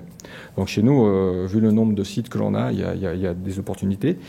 Et alors, elle s'est vraiment prise au jeu et régulièrement, même en dehors de ses heures de travail, elle publiait des tas d'articles sur le fait de parler français, le fait de parler toutes les langues diverses et variées. Et pour une américaine, elle a même trouvé des posts des fois et découvert que en Suisse, on parle français, mais qu'on a des fois des mots qui ne sont pas tout à fait les mêmes. Et les gens de Suisse se sont dit, mais comment tu as trouvé ça? Et ce qui fait qu'à un moment, on avait 500 personnes dans cette communauté. Alors on s'est un petit peu demandé, bon, qu'est-ce qu'on fait? Ça n'a pas vraiment de rapport avec le boulot. Bien que, bon... Mais, encore une fois, ça a connecté les gens. Après, elle avait des histoires à raconter. Elle dit, oui, mais une fois, il y a quelqu'un qui était en déplacement à Genève, qui était tout seul, et il a posté un truc dans la communauté, puis il y a des gens qui étaient à Genève qui sont venus l'aider parce que le gars, il parlait pas français, etc. Donc, des petites histoires, ouais, pas très boulot, mais ça a resserré les liens des gens dans l'entreprise. Un exemple vraiment plus professionnel, parce qu'on en a aussi, donc le Sweet Goods, les framboises là, sur les petits gâteaux, Sweet Good and Diaries. Celle-ci, elle est complètement à droite, c'est-à-dire qu'elle est vraiment très collaborative. Donc là, c'est une division dans les arômes qui a décidé au sein de l'équipe de partager des problématiques de travail au quotidien. Et quand on regarde les stats, ils explosent tous les compteurs. C'est-à-dire que ça décolle généralement très très vite. Et puis à partir du moment où il se passe des choses à l'intérieur, les gens y trouvent leur compte. Alors on n'est pas capable de mesurer en pourcentage combien d'emails ça a réduit, combien de... Ouais, le réel bénéfice, c'est pas tangible encore, c'est pas mesurable. Mais le fait, un des éléments, c'est qu'on a des communautés qui sont là, qui sont utilisées. On a fait dernièrement un sondage auprès de nos employés sur un panel réduit. On leur a demandé s'ils trouvaient que Shake leur servait à quelque chose. Et oui, clairement oui. Mais on en a encore toute une frange, plus de 30%, qui n'ont pas compris à quoi ça servait. Donc on sait qu'on a encore du chemin à faire pour emmener tout le monde là-dessus. Mais bien souvent, ça fait un petit peu effet boule de neige, c'est-à-dire que ceux qui ont compris vont... j'ai rencontré par exemple une manager aux États-Unis on faisait une présentation un peu de ce que fait l'outil. Elle est venue nous voir à la fin de la présentation. Elle nous dit, votre truc là, ça me plaît pas du tout, j'aime pas vraiment, j'ai pas que ça à faire, j'ai pas le temps. Elle dit, cependant, je gère une équipe de personnes qui se sont mis là-dessus. Et je me suis rendu compte que si j'y allais pas, je ratais plein de choses. Donc ça me gonfle, mais j'y vais. Et puis je vois bien que les jeunes, ils ont envie de bosser comme ça, donc elle le fait. Voilà. Donc je pourrais vous raconter des histoires pendant toute la soirée. Je pense que... Alors c'est pas très... je pense que la présentation suivante sera plus formelle. Chez nous, ça reste du feeling, du ressenti. On accueille là-dessus les gens enthousiastes.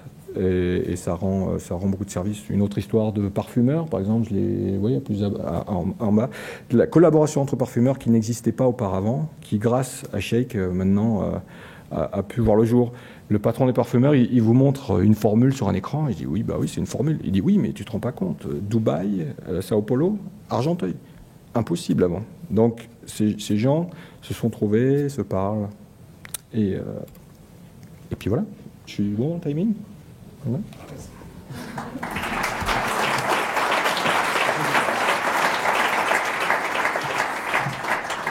Merci Xavier. Alors je ne vous cache pas que la conférence à laquelle vous participez ce soir devait avoir lieu l'année passée, il y a bien des mois.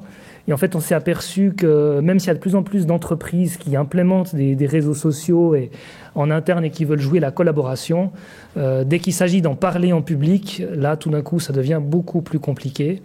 Et on s'est heurté à beaucoup de refus, même s'il y a des entreprises qui font des choses très intéressantes, elles sont encore très réticentes à en parler. Donc, je tire mon chapeau ce soir à Xavier et à Givaudan qui a joué la collaboration et la transparence jusqu'au bout.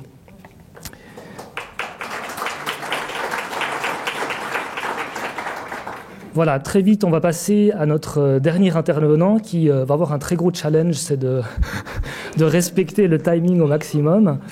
J'ai le plaisir d'accueillir Grégoire Jappiot, qui est stratégiste digital chez Knowledge Expert à Nyon. Alors, on a eu tout au début la solution, la plateforme. On a eu ensuite le témoignage d'une entreprise qui utilise cette solution. Maintenant, vous vous posez sans doute la question, comment on fait si on veut faire pareil. Donc, on a la chance ce soir avec Grégoire d'avoir un expert qui va nous parler de productivité, de gouvernance et de RH aussi un petit peu. Grégoire, je te passe la parole.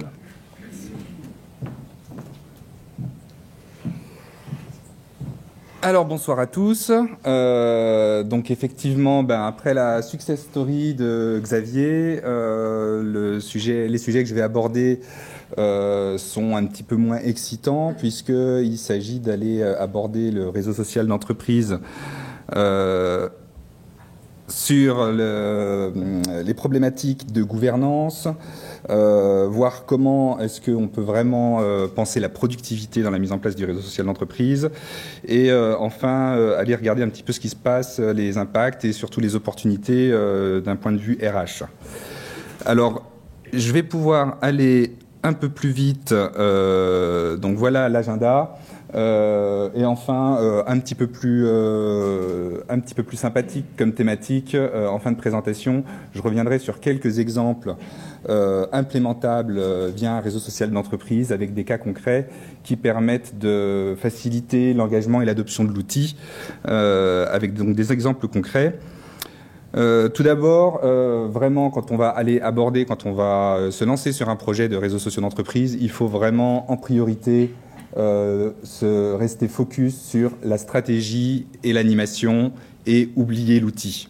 Alors, désolé pour les IT qui sont là. L'outil est important à considérer, mais au tout départ du projet, si le projet peut être validé, il doit être validé en général par le top management et surtout, vous allez voir, c'est vraiment important d'avoir un vrai soutien fort des différents départements et des différents niveaux dans l'entreprise.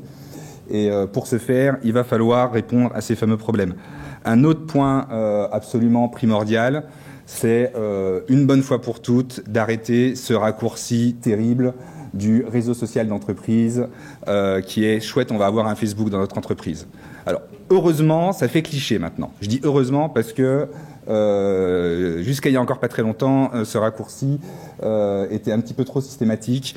C'est un peu moins le cas en anglais, juste parce qu'en anglais on dit Enterprise Social Network, donc il y a le Enterprise qui est avant, mais c'est vrai que en francophonie, réseau social d'entreprise, il y a réseau social avant, et c'est pas quelque chose qui aide, surtout si on veut parler de productivité. Alors, je vais passer vite sur cette slide puisque il se trouve que cette fameuse étude de McKinsey de juillet 2012, qui est quand même une étude de référence,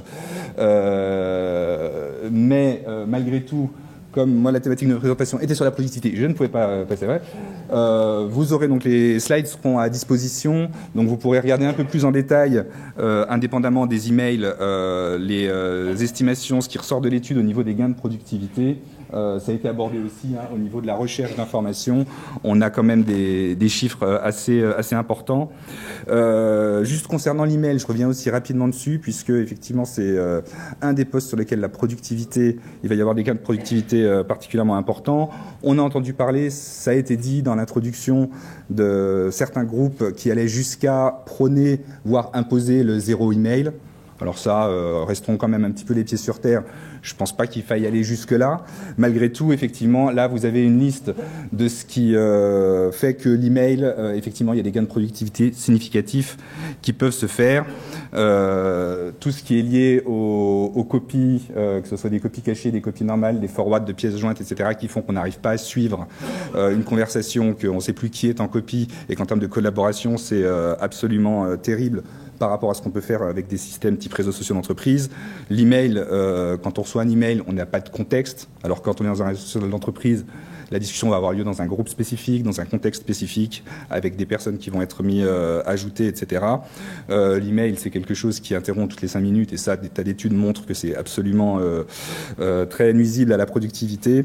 C'est pas une bonne solution pour les décisions urgentes, alors que les gens ont au contraire la tendance à envoyer des emails pour les cas urgents. Et enfin, un email ne permet pas d'avoir un contenu riche avec des médias et un certain nombre de choses qu'on pourra intégrer, des sondages, enfin tous les outils qu'on pourra retrouver dans un réseau social d'entreprise.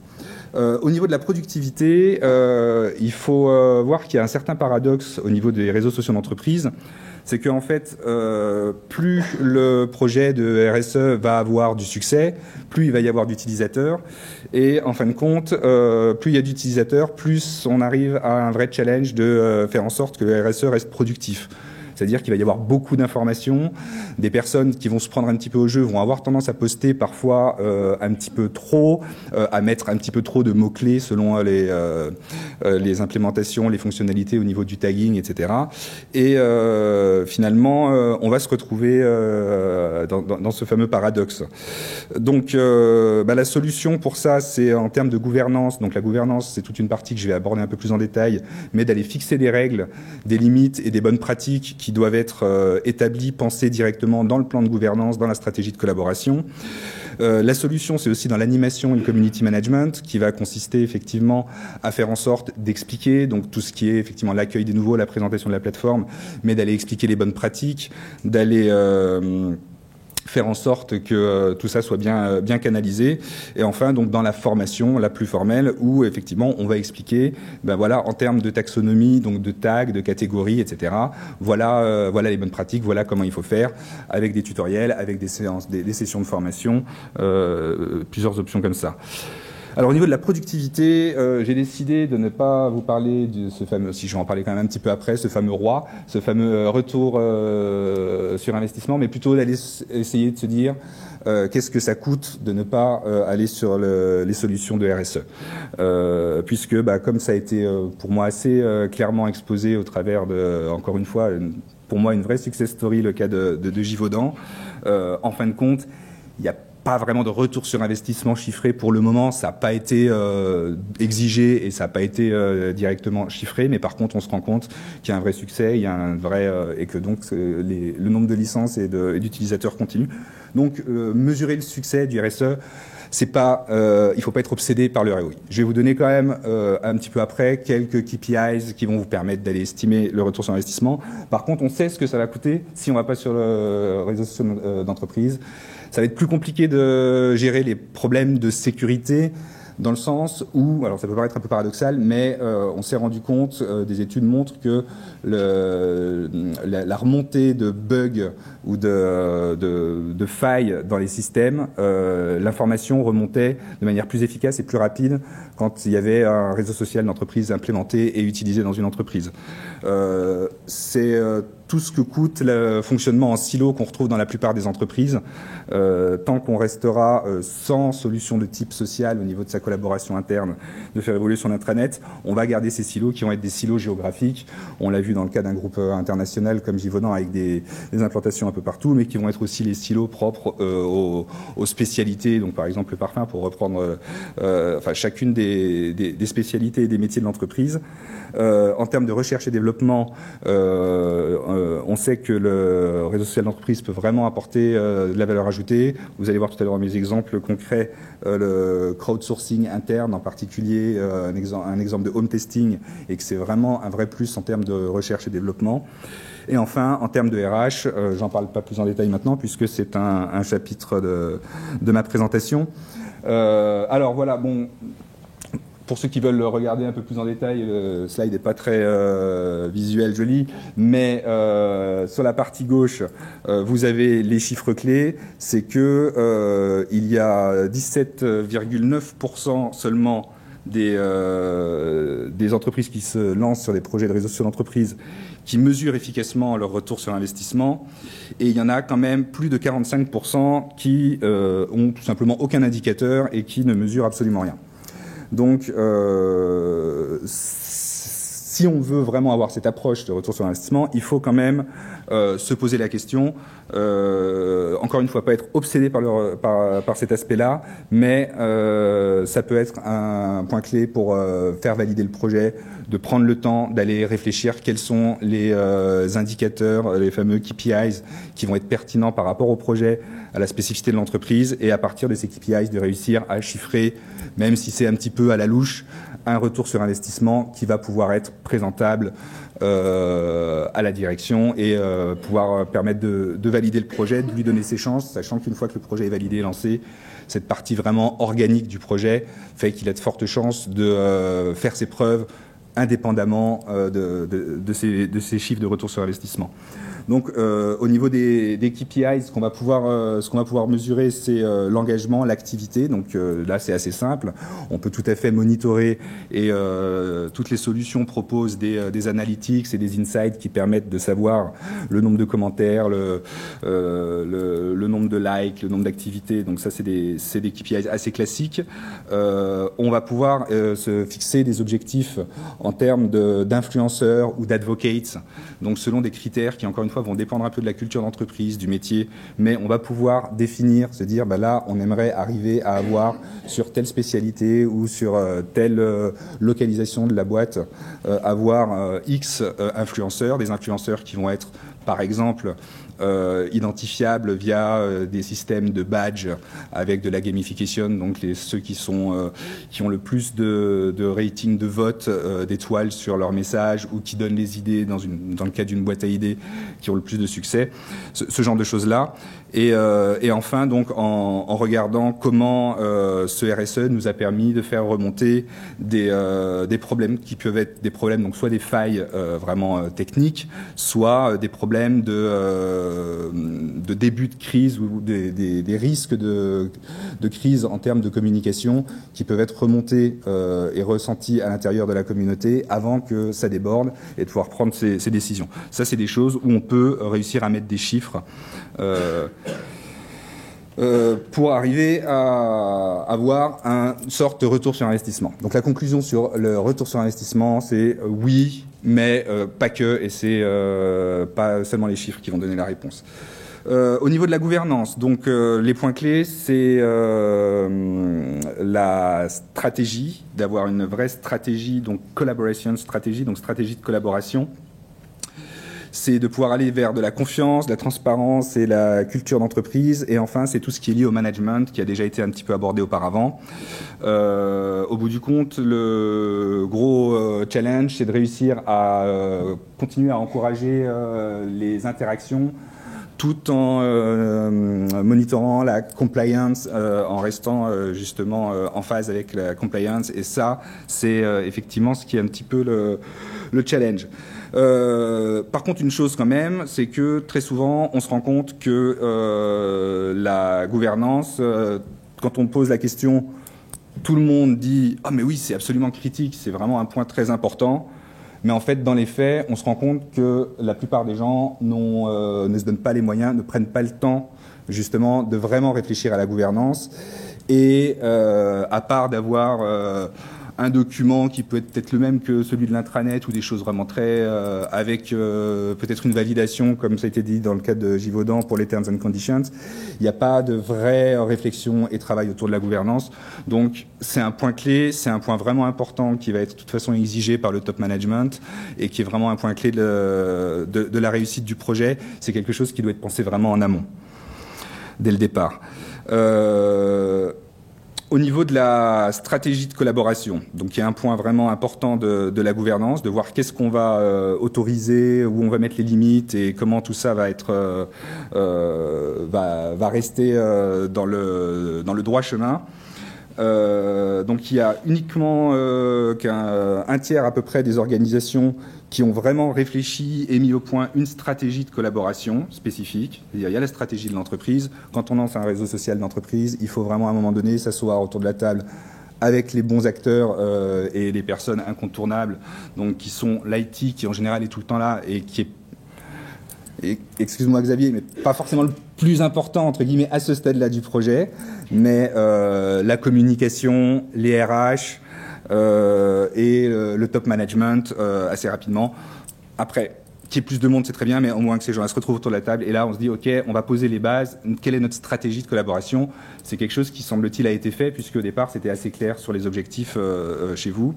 Et on se rend compte qu'il y a 37% qui ont mis en place des politiques, donc un petit peu plus que ceux qui ont mis en place une stratégie de collaboration, mais qui ont, on va dire, un document de référence. Donc je vous laisserai regarder le détail sur les slides pour ceux que ça intéresse, et vous pouvez retrouver l'étude. Donc c'est une étude assez récente qui a été publiée par une société spécialisée dans la gouvernance une solution de gouvernance pour tout ce qui est réseaux sociaux d'entreprise. Gouvernance, donc confiance et transparence. La gouvernance doit établir la confiance, puisque c'est le seul moyen qui va permettre que les personnes viennent utiliser le RSE. Le RSE n'a de sens que s'il est adopté par le plus grand nombre au sein de l'entreprise. Pour ce faire, il faut qu'il y ait cette fameuse confiance et cette fameuse transparence qui peut être un petit peu problématique. Alors pour arriver à ça, il faut faire en sorte d'insuffler un sentiment de liberté. Donc c'est-à-dire que les gens, encore une fois, ça a été très bien exposé, c'est du pain béni, la présentation qui a été faite avant pour de passer après, puisque là, le fait de dire, OK, on laisse faire de manière organique, tout est possible, vous pouvez créer tous les groupes que vous voulez. C'est ce qu'il faut que les gens ressentent. Malgré tout, encore une fois, on est en train de parler de gouvernance selon la société. Là, c'était propre et ça s'est bien passé à cette société-là. C'est là que c'est un petit peu compliqué. Il faut avoir ce sentiment de liberté tout en restant dans une gouvernance maîtrisée. Le sens de communauté, donc faire en sorte que les gens aient envie de partager et se sentent dans cette fameuse community, qui est un mot qui passe mieux en anglais qu'en français, ou encore le terme communauté.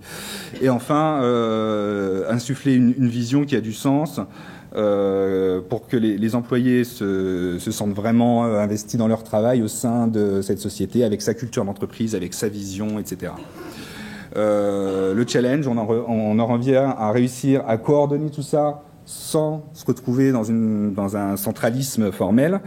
Et enfin, le challenge, c'est que ça va demander des compétences spécifiques en termes de facilitation, puisque la facilitation sans réelle hiérarchie, c'est pas évident. Et donc, au final, on se retrouve avec des managers qui doivent devenir des catalystes, des catalyseurs. Là, c'est probablement le point le plus... on a pas mal insisté tout à l'heure sur le change management, justement. C'est d'avoir cette fameuse différence entre management et leadership. Alors, il y a justement cette différence entre rôle et fonction. Alors là, je cite Claude Super, qui est dans la salle, que j'ai pas vu encore, mais je sais qu'il est là, je l'ai vu tweeter, j'ai vu qu'il était inscrit. Mais effectivement, il a écrit un ou deux articles, particulièrement en insistant sur cette problématique de rôle versus fonction, et que je vous invite à lire. Il y a le lien sur le slide. Les points de vigilance spécifiques. Donc là, vous retrouverez un petit peu les skills et les orientations différentes avec l'approche management et l'approche leadership, qui doivent être menées finalement en parallèle. Point de vigilance, c'est le regard des supérieurs et des employés par rapport à ce qu'on va mettre sur le RSE.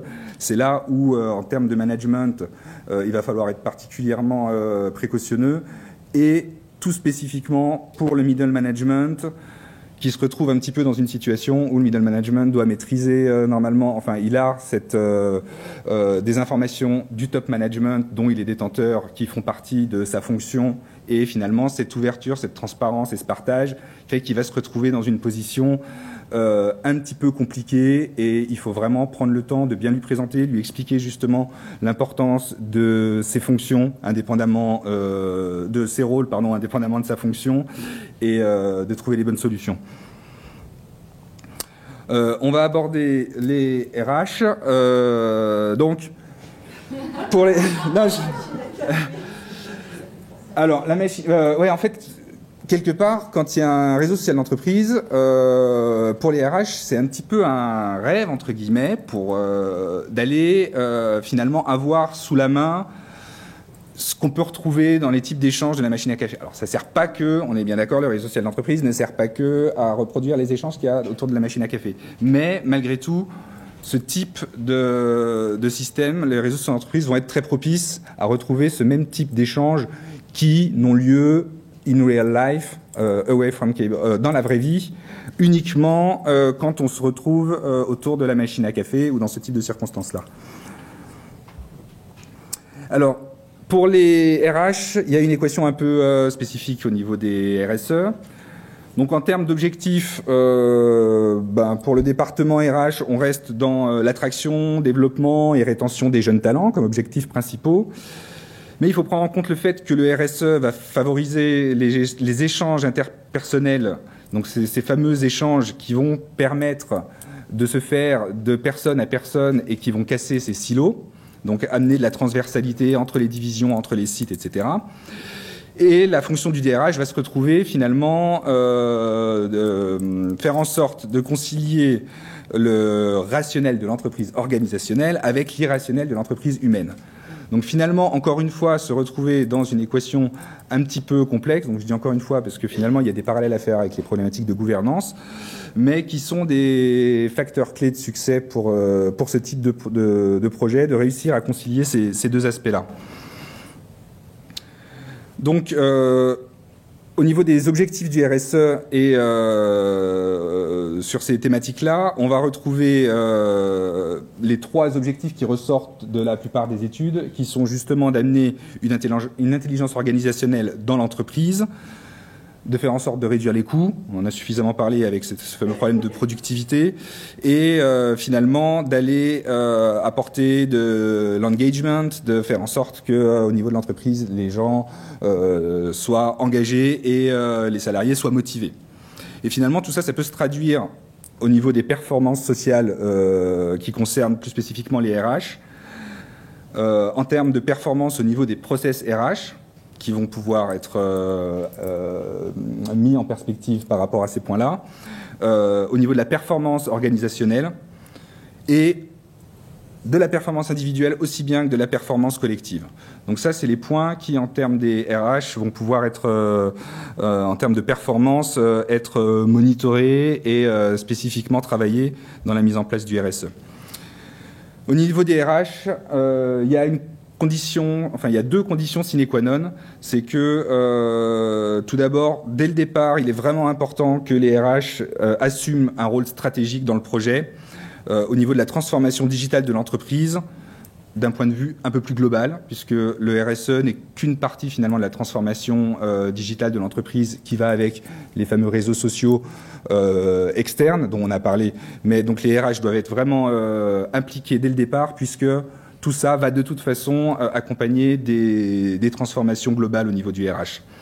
Et enfin, une partie importante, c'est tout ce qui est l'interfaçage entre le RSE et l'intranet déjà en place, mais aussi plus globalement le SI global de l'entreprise, et en particulier bien sûr le SI RH qui va, s'il y a une solution dédiée, devoir être interfacé et pensé comme il faut. Alors, rapidement, au niveau des opportunités spécifiques pour les RH, on va retrouver tout ce qui concerne la motivation et le bien-être. Donc ça, je pense que c'est assez naturel, c'est vraiment inhérent au concept même de réseau social interne à une entreprise. En termes de culture d'entreprise, le RSE va vraiment permettre de renforcer la culture d'entreprise et de faire en sorte qu'elle se répande et qu'elle transpire même du réseau au-delà, en dehors du RSE. Très important, on en a parlé tout à l'heure sur le onboarding, l'accueil des nouveaux employés, c'est un vrai plus, le RSE, pour l'accompagnement. Et ça, c'est une vraie aide pour les RH. Au niveau de la gestion des talents et des compétences, à l'intérieur du RSE, on va pouvoir identifier des nouveaux talents, des nouvelles compétences en interne dans l'entreprise, des gens qui n'ont pas été embauchés pour ça, mais où finalement, dans leurs échanges, dans les différentes opérations qui vont pouvoir être proposées, on va se rendre compte qu'ils ont des talents spécifiques et que donc c'est lié avec le point d'après au niveau du plan de carrière, on va pouvoir finalement faire évoluer ces gens et puis améliorer les processus d'évolution et de recrutement en interne. Au niveau de la formation, ça a été évoqué un petit peu aussi tout à l'heure, c'est une possibilité d'avoir un aide significatif en faisant de la formation de pair à pair ou du soutien ou justement d'aller pouvoir donner accès à la connaissance de personnes d'un certain âge qui vont bientôt partir à la retraite et dont finalement la connaissance va rester finalement sur le RSE et profiter aux autres. Pour servir pour les évaluations, on va pouvoir regarder les badges, les activités, etc. Ça va donner des éléments. Et enfin, pour le recrutement, c'est la possibilité aussi de pouvoir inviter et discuter, d'aller encourager là où il y a déjà des initiatives de cooptation pour encourager les salariés à aller regarder dans leur réseau, en ouvrant éventuellement du LinkedIn Connect ou des choses comme ça. Il y a pas mal d'options. Donc je vais faire très vite sur les exemples. Pardon, hop. Oui, quand même, pas si vite que ça. La veille collaborative, donc le principe, c'est juste de se dire, ça, c'est des exemples que moi j'ai pu tester dans 3 ou 4 cas différents qui, à chaque fois, ont fait leurs preuves. Le principe, c'est de se dire, à l'intérieur du réseau social d'entreprise, on va faire rentrer des flux d'informations qui peuvent être automatisés via des flux RSS ou différentes technologies, ou bien mis à la main, ou bien mis partagés avec la cellule de veille classique de l'entreprise. Et on va inviter les employés à venir partager, noter, taguer, commenter ces informations. Ça, c'est quelque chose qui peut aller jusqu'à apporter des gains en termes de processus de veille, mais même si on ne va pas jusque-là, en termes de fonctionnalité et d'adoption pour faire en sorte que les gens viennent sur l'outil, regarder ce qui se passe, partagent et créent de la transversalité, c'est quelque chose qui est très efficace. Au niveau du crowdsourcing interne, c'est la toute bonne vieille boîte à idées qui va être remplacée par une boîte à idées sur le RSE. Alors, c'est pas révolutionnaire, mais c'est diablement efficace, tout simplement en donnant la possibilité aux gens. Alors, derrière, on va prendre le temps de storyboarder un petit peu, de se dire à tel moment on va donner des guidelines, des idées, etc. Et à ce moment-là, les personnes peuvent proposer des idées. Ces idées, il va y avoir des plus 1 ou des j'aime ou des étoiles pour les plus populaires qui vont être classées, qui vont être discutées, qui vont être affinées. Et finalement, on va se rendre compte que, au bout du compte, on va pouvoir trouver des bonnes idées. Et que même si on n'a rien d'exploitable, on aura créé du lien, on aura eu l'occasion de créer de la transversalité et de permettre aux gens de faire ressortir des skills ou des talents spécifiques. Et enfin, bien entendu, la gamification ici peut être exploitée de manière un peu plus approfondie.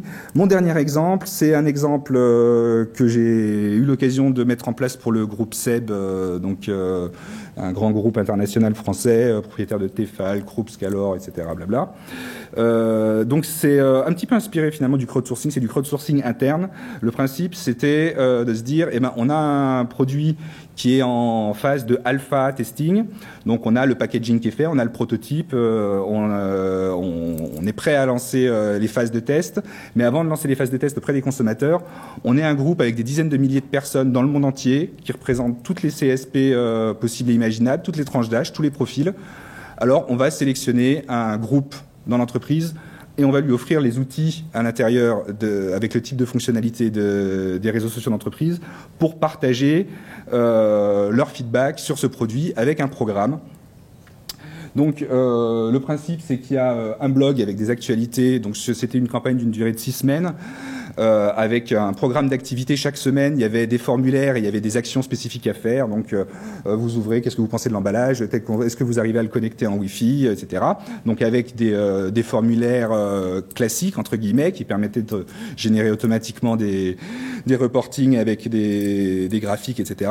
Et en parallèle, une boîte à idées où là, les gens pouvaient poster leur idée ou mettre, en termes de support, là j'ai un problème, créer de la discussion. Et puis, il y avait donc les meilleures idées avec en haut celle qui avait le plus de j'aime, etc. Et une FAQ collaborative. L'intérêt, c'est employés versus panélistes, donc on a la possibilité d'utiliser ces employés plutôt de passer par les panélistes et des gens extérieurs. C'est un plus pour la confidentialité. Là, en l'occurrence, c'était un projet assez confidentiel et avec de l'enjeu en termes de R&D. On a moins de chances qu'il y ait des fuites quand on passe en interne. Et ça fait du buzz sur ce produit qui était destiné à avoir du buzz en interne, qui lui-même peut se répercuter en externe.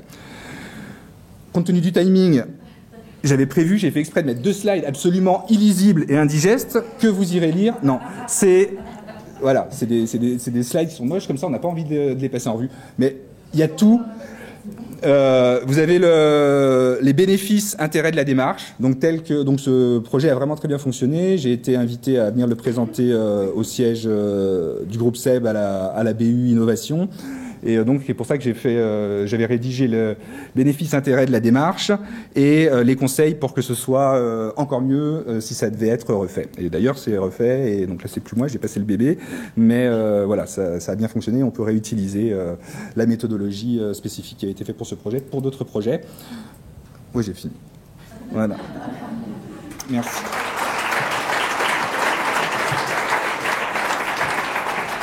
Voilà, merci Grégoire d'avoir presque respecté le challenge.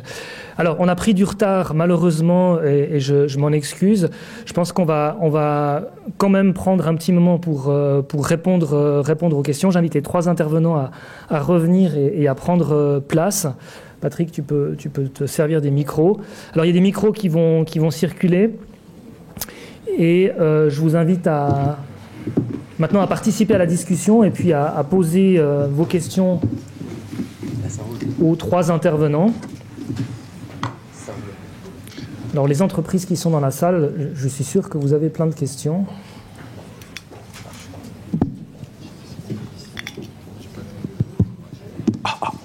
Pardon. Bonjour, j'ai une question générale à vous 3. Je suis interpellé par la pertinence du RSE. Je suis là. Bonjour, Réginald Maître. Je suis interpellé par la pertinence du RSE et je pose la question, est-ce que ça va remettre en question le management top-down ?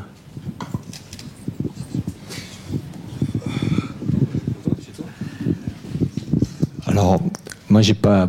La seule expérience que j'ai là-dessus, c'est ce qu'on a fait chez nous, dans ce que je vous ai raconté, plus comme une histoire.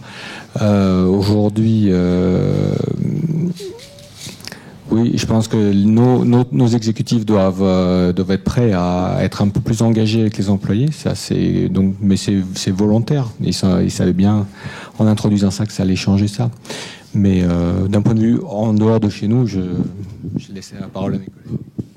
Moi, je veux juste dire, par rapport à ce que je viens de dire dans la présentation, c'est que ça le remet en question, au moins dans la mesure de ce que j'ai présenté. Ça veut dire qu'il y a la nécessité de réfléchir à la gouvernance par rapport à cette nouvelle équation. Ça, c'est une certaine remise en question, mais ça ne le remet pas en question globalement, à part peut-être sur certaines typologies de sociétés, comme des startups dans la Silicon Valley, enfin des sociétés qui font elles-mêmes le choix d'être horizontales, mais quasiment dès le départ, où ça colle, mais ça restera des exceptions.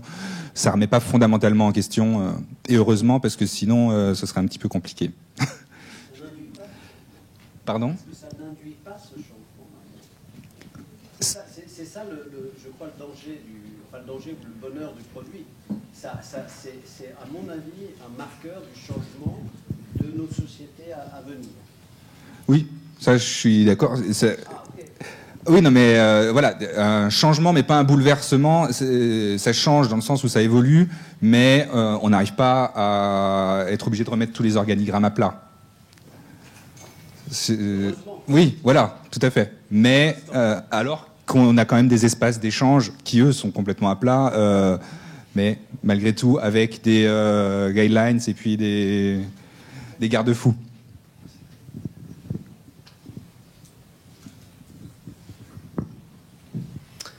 Bonjour. Là, on a bien vu et entendu en fait tout ce qui concerne la collaboration au sein de l'entreprise. Évidemment, on peut aussi en fait élargir encore la vision et par exemple inclure des partenaires, soit des fournisseurs, soit des clients même. Est-ce que vous voyez en fait dans l'avenir proche aussi une évolution dans ce sens-là, peut-être très particulièrement pour Gévaudan ou dans une autre société que vous soutenez? Oui, clairement. Avec les fournisseurs, c'est quelque chose qu'on nous demande. Aujourd'hui, on n'est pas encore en mesure de le faire. Et je pense que même avec des clients, ça ne s'est pas encore fait, mais j'imagine assez bien que ça va se dérouler comme ça dans un futur proche. Nous, de notre côté, chez Jive, on vient en fait à la base des communautés externes. Avant de rentrer sur le réseau social entreprise, on animait des communautés externes, typiquement sur Apple, la communauté externe de support Apple, et sur Jive, par exemple. Donc c'était vraiment les clients à l'origine. Et on voit de plus en plus aujourd'hui effectivement cette dualité de se dire ok, on a maintenant un réseau social d'entreprise qui permet à tous nos collaborateurs de mieux collaborer ensemble et plus efficacement. Très bien. Maintenant effectivement on peut s'ouvrir aussi sur nos partenaires, que ce soit nos clients, nos fournisseurs, et on a aujourd'hui beaucoup de clients qui font ce choix-là d'ouvrir des espaces dédiés où ils vont pouvoir favoriser les échanges et surtout capitaliser sur que ce soit de l'échange de documents, que ce soit des contrats, que ce soit de mise à jour de normes, des choses qui sont importantes, de pouvoir réunir ça dans un groupe où n'importe quel nouvel employé de l'entreprise pourra y avoir accès, et de la même manière chez le fournisseur. Donc ça, c'est des choses qu'on voit très fréquemment. Juste en complément, moi je voudrais ajouter qu'effectivement c'est une tendance qui va être de plus en plus généralisée à partir directement sur cette approche un peu plus globale. On entend de plus en plus le terme d'approche holistique ou de digital workplace qui englobe un petit peu tout ça, ou de social business qui englobe à la fois le RSE et les social media. Et d'avoir cette vision vraiment, la big picture, c'est quelque chose qui est de plus en plus le cas, et je pense que c'est une tendance qui va se développer. Quand on a la possibilité dès le départ de partir là-dessus, forcément, je pense que ça vaut le coup. Bonjour, j'aimerais savoir comment vous avez géré la passation et la vie parallèle entre les intranets et le réseau social d'entreprise. Comment on passe de l'un à l'autre et comment ensuite on arrive à les faire vivre en parallèle? Pour l'instant, on a encore les deux. Parce que ça prend du temps. Hein. Et chez nous, le principal challenge était le changement de culture. Donc, on n'a pas voulu brusquer les choses. Mais là aussi, dans un futur proche, il est fort probable que tout ça soit rassemblé en une seule plateforme.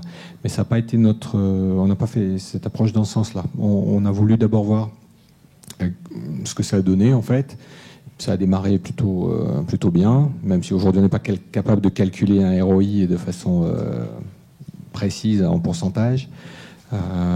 Donc ça cohabite. Et les gens ne réclament pas forcément l'intégration des deux immédiatement. L'intégration technique, au début, on se demandait si ça allait survivre sans ça pendant longtemps. Mais ça peut, chez nous, ça cohabite sans trop de soucis. Maintenant, je ne pense pas que ça dure pendant... Mais les deux systèmes ne peuvent pas rester en parallèle, j'imagine. Justement, les gens ne vont pas aller sur les deux. Donc, à un moment donné, un choix doit s'opérer. Alors l'intranet, aujourd'hui, devient, pour certains départements, une passerelle vers le RSE. Oui, j'ai une question. Ici, Raphaël Briner de Knowledge Plaza. J'ai une double question. Gestion des tâches sur le RSE, est-ce que vous utilisez les systèmes des action items? De quelle manière ça devient important pour la dimension collaboration? Et deuxièmement, sur les 180 groupes, combien sont privés au niveau des espaces? Alors les tâches sont très peu utilisées. Alors, on a d'autres outils que les gens utilisent et donc on n'en fait pas un gros usage. Alors les groupes, donc il y a 4 niveaux dans Jive, des groupes secrets qui sont utilisés. Il y a une faible proportion, je n'ai pas le chiffre exact en tête, mais c'est une petite partie. Et bien évidemment, quand on voit que trop de groupes secrets sont créés, on demande aux gens quel est l'intérêt. Alors, il y a des justifications. Des fois, les sujets dont ils veulent discuter ne sont pas éligibles à être partagés avec l'ensemble de l'entreprise, mais généralement, les gens n'en abusent pas trop. Bonjour. Une question. Quelle est la place de l'image dans ces RSE ? Puisque vous partagez beaucoup d'informations, en proportion, on va dire, est-ce que l'image représente, quelle proportion représente par rapport au flux de choses qui sont partagées entre les collaborateurs? Et est-ce que ça va en grandissant? Image au sens photo? Alors, on ne gère pas nos... Comme je l'ai dit auparavant, nous avons des solutions de gestion documentaire, mais on a aussi des outils pour gérer nos images, puisque dans notre profession, on utilise beaucoup d'images pour la communication. Donc on n'a pas... Enfin, les gens n'ont pas commencé à mettre toutes leurs images dans le réseau social d'entreprise, si c'était votre question. Nous, ce qu'on peut voir chez nos clients, c'est qu'on a également une proportion importante qui commence à mettre beaucoup de vidéos dedans.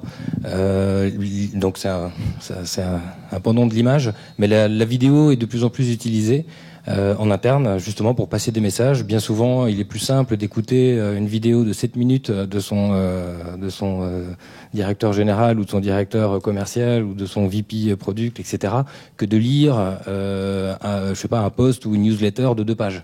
Donc la vidéo est quelque chose de très important, de plus en plus, en tout cas on le voit chez certains clients, où on a la capacité effectivement de poster des messages sous forme de vidéo, et ça de manière régulière. Donc oui, l'image, la vidéo, le rich content media, c'est vraiment des choses qui sont de plus en plus importantes dans ces communautés, mais c'est le pendant de ce qu'on a aujourd'hui aussi sur les autres réseaux sociaux qu'on utilise de manière personnelle. On poste de plus en plus d'images et de vidéos. Pierre, je me permets de poser la même question à Pierre de Jive. Vous avez racheté la société Productive, qui est une application de gestion de tâches. Pourquoi ? Encore une fois... Non. Encore une fois, il y a beaucoup de questions et le sujet est très intéressant sur la partie, on va dire, réseau social élargi de l'entreprise, qui peut être le pendant d'un intranet social. Nous, on voit beaucoup, et je l'ai dit tout à l'heure lors de ma présentation, de valeur, c'est de pouvoir cibler des groupes de l'entreprise où ça fait vraiment du sens pour eux de pouvoir collaborer. Et dans ces groupes, la gestion de tâches et d'avoir effectivement une organisation, une séquence de certaines tâches à effectuer peut être important. Donc il nous paraissait logique d'avoir un gestionnaire de tâches comme on pourrait avoir un gestionnaire justement de vidéos, puisque ce sont des fonctionnalités qui sont demandées par certains de nos clients, encore une fois, pour pouvoir faire leur métier dans le groupe auquel ils appartiennent. On va prendre les 2 dernières questions, tout dans le fond de la salle, et puis Yann pour terminer, et puis ensuite on passera à Oui, bonjour. Vous avez exposé que l'utilisation du réseau social d'entreprise est souvent proportionnelle à l'âge des personnes. Et moi, ce que je trouve souvent difficile, c'est justement comme c'est les dirigeants les plus vieux, généralement, dans l'entreprise, et ceux qui doivent prendre la décision de l'utiliser, comment les convaincre, à quoi ça sert tout ça? Parce que c'est tellement compliqué de leur expliquer comment un réseau social marche. Rien que Facebook, c'est difficile à leur expliquer. C'est encore plus difficile si c'est en interne. Alors là, évidemment, j'ai encore une fois parlé que pour mon expérience chez nous. Je prétends pas avoir une généralité. On constate que les jeunes utilisateurs, ils viennent plus facilement. Cela dit, la décision d'introduire un réseau social d'entreprise chez nous est venue de nos dirigeants et qui font partie de nos utilisateurs de nos collaborateurs pas forcément les plus jeunes. Et ce ne sont pas non plus ceux qui sont le plus... C'est pas parce qu'ils ont décidé qu'il en fallait un qu'ils vont l'utiliser eux-mêmes. Donc un des challenges, et ça je pense que dans la littérature sur le sujet vous pouvez le voir, c'est d'embarquer les dirigeants sur le réseau social. C'est un key success factor, excusez-moi pour le français. Si vous y arrivez, c'est d'autant mieux parce que ça donne l'exemple et les autres du coup se posent moins de questions. Surtout dans ce qu'on a rencontré nous en Amérique du Nord, certains utilisateurs nous disent mais c'est vraiment pour le travail cet outil. Et le fait d'avoir un membre du board qui est dessus, on dit regardez, il y est et il parle du boulot, donc oui, a priori ça devrait clore fermer le doute. Donc, Allez-y, madame, et puis on conclura avec Anne. J'ai une petite question au niveau de la gestion de la plateforme. Selon vous, qui devrait avoir la main mise sur cette plateforme? Plutôt les RH ou plutôt la communication? Ou alors peut-être l'IT?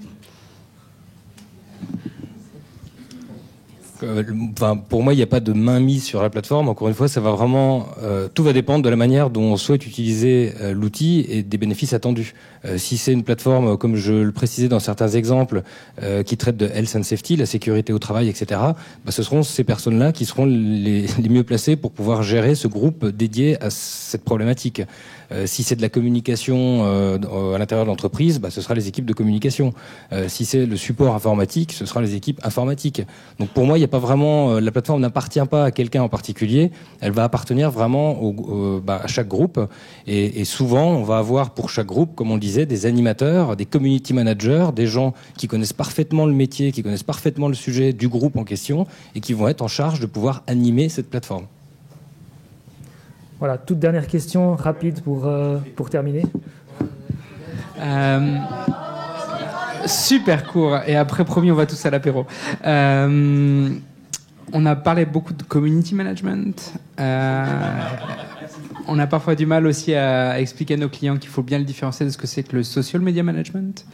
Est-ce que vous pensez que les animateurs des plateformes de réseaux sociaux d'entreprise doivent faire plus que justement gérer les tubes et le côté social media et amener toute l'animation physique qu'il peut y avoir dans l'entreprise sur le réseau social?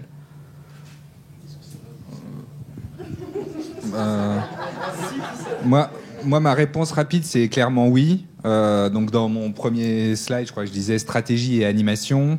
J'avais pas le temps et c'était pas spécifique aujourd'hui là-dessus, mais c'est quelque chose. Enfin, moi, c'est mon credo, c'est toujours de mettre en avant le fait de faire des animations en ligne, mais en parallèle de faire des rencontres et des animations physiques qui s'interconnectent. Et vraiment, c'est de mener de front ces deux activités. Pour moi, c'est un facteur clé de succès. Je sais pas, vous, chez Givor, il me semble que tu en as parlé un petit peu à un moment de Alors, selon les sujets, ça peut varier, mais oui, je suis d'accord. Surtout sur des sujets métiers, où typiquement notre exécutif qui veut donner la possibilité aux employés de l'approcher, il faut aussi avoir une présence physique. Maintenant, s'il s'agit d'une communauté pour que les gens s'entraident à faire des WebEx, là, il y a peut-être moins besoin. Donc, selon les cas, il y a des cas où c'est très pertinent, voire indispensable. Je suis d'accord. Oui. Je voulais ajouter, c'est effectivement très important que tout ne se passe pas, qu'il puisse pas y avoir des arguments pour les personnes qui disent « Oh, mais tout est en ligne, il n'y a plus d'humain, il n'y a plus, etc. » Il faut vraiment que cette dimension, elle soit inscrite. Même si c'est à des occasions spécifiques, etc., forcément, ce ne sera pas tout le temps, mais il faut vraiment que ce soit... c'est un point important. Voilà. Merci à tous. Je crois qu'on va s'arrêter là. On peut les applaudir encore une fois. Je vais conclure très rapidement en vous remerciant d'avoir participé à cette conférence. Désolé encore une fois pour le retard. Et je vous invite donc à nous retrouver le 10 février pour notre prochaine conférence. Et en attendant, profitez de l'apéro qui vous attend à l'extérieur. Bonne soirée.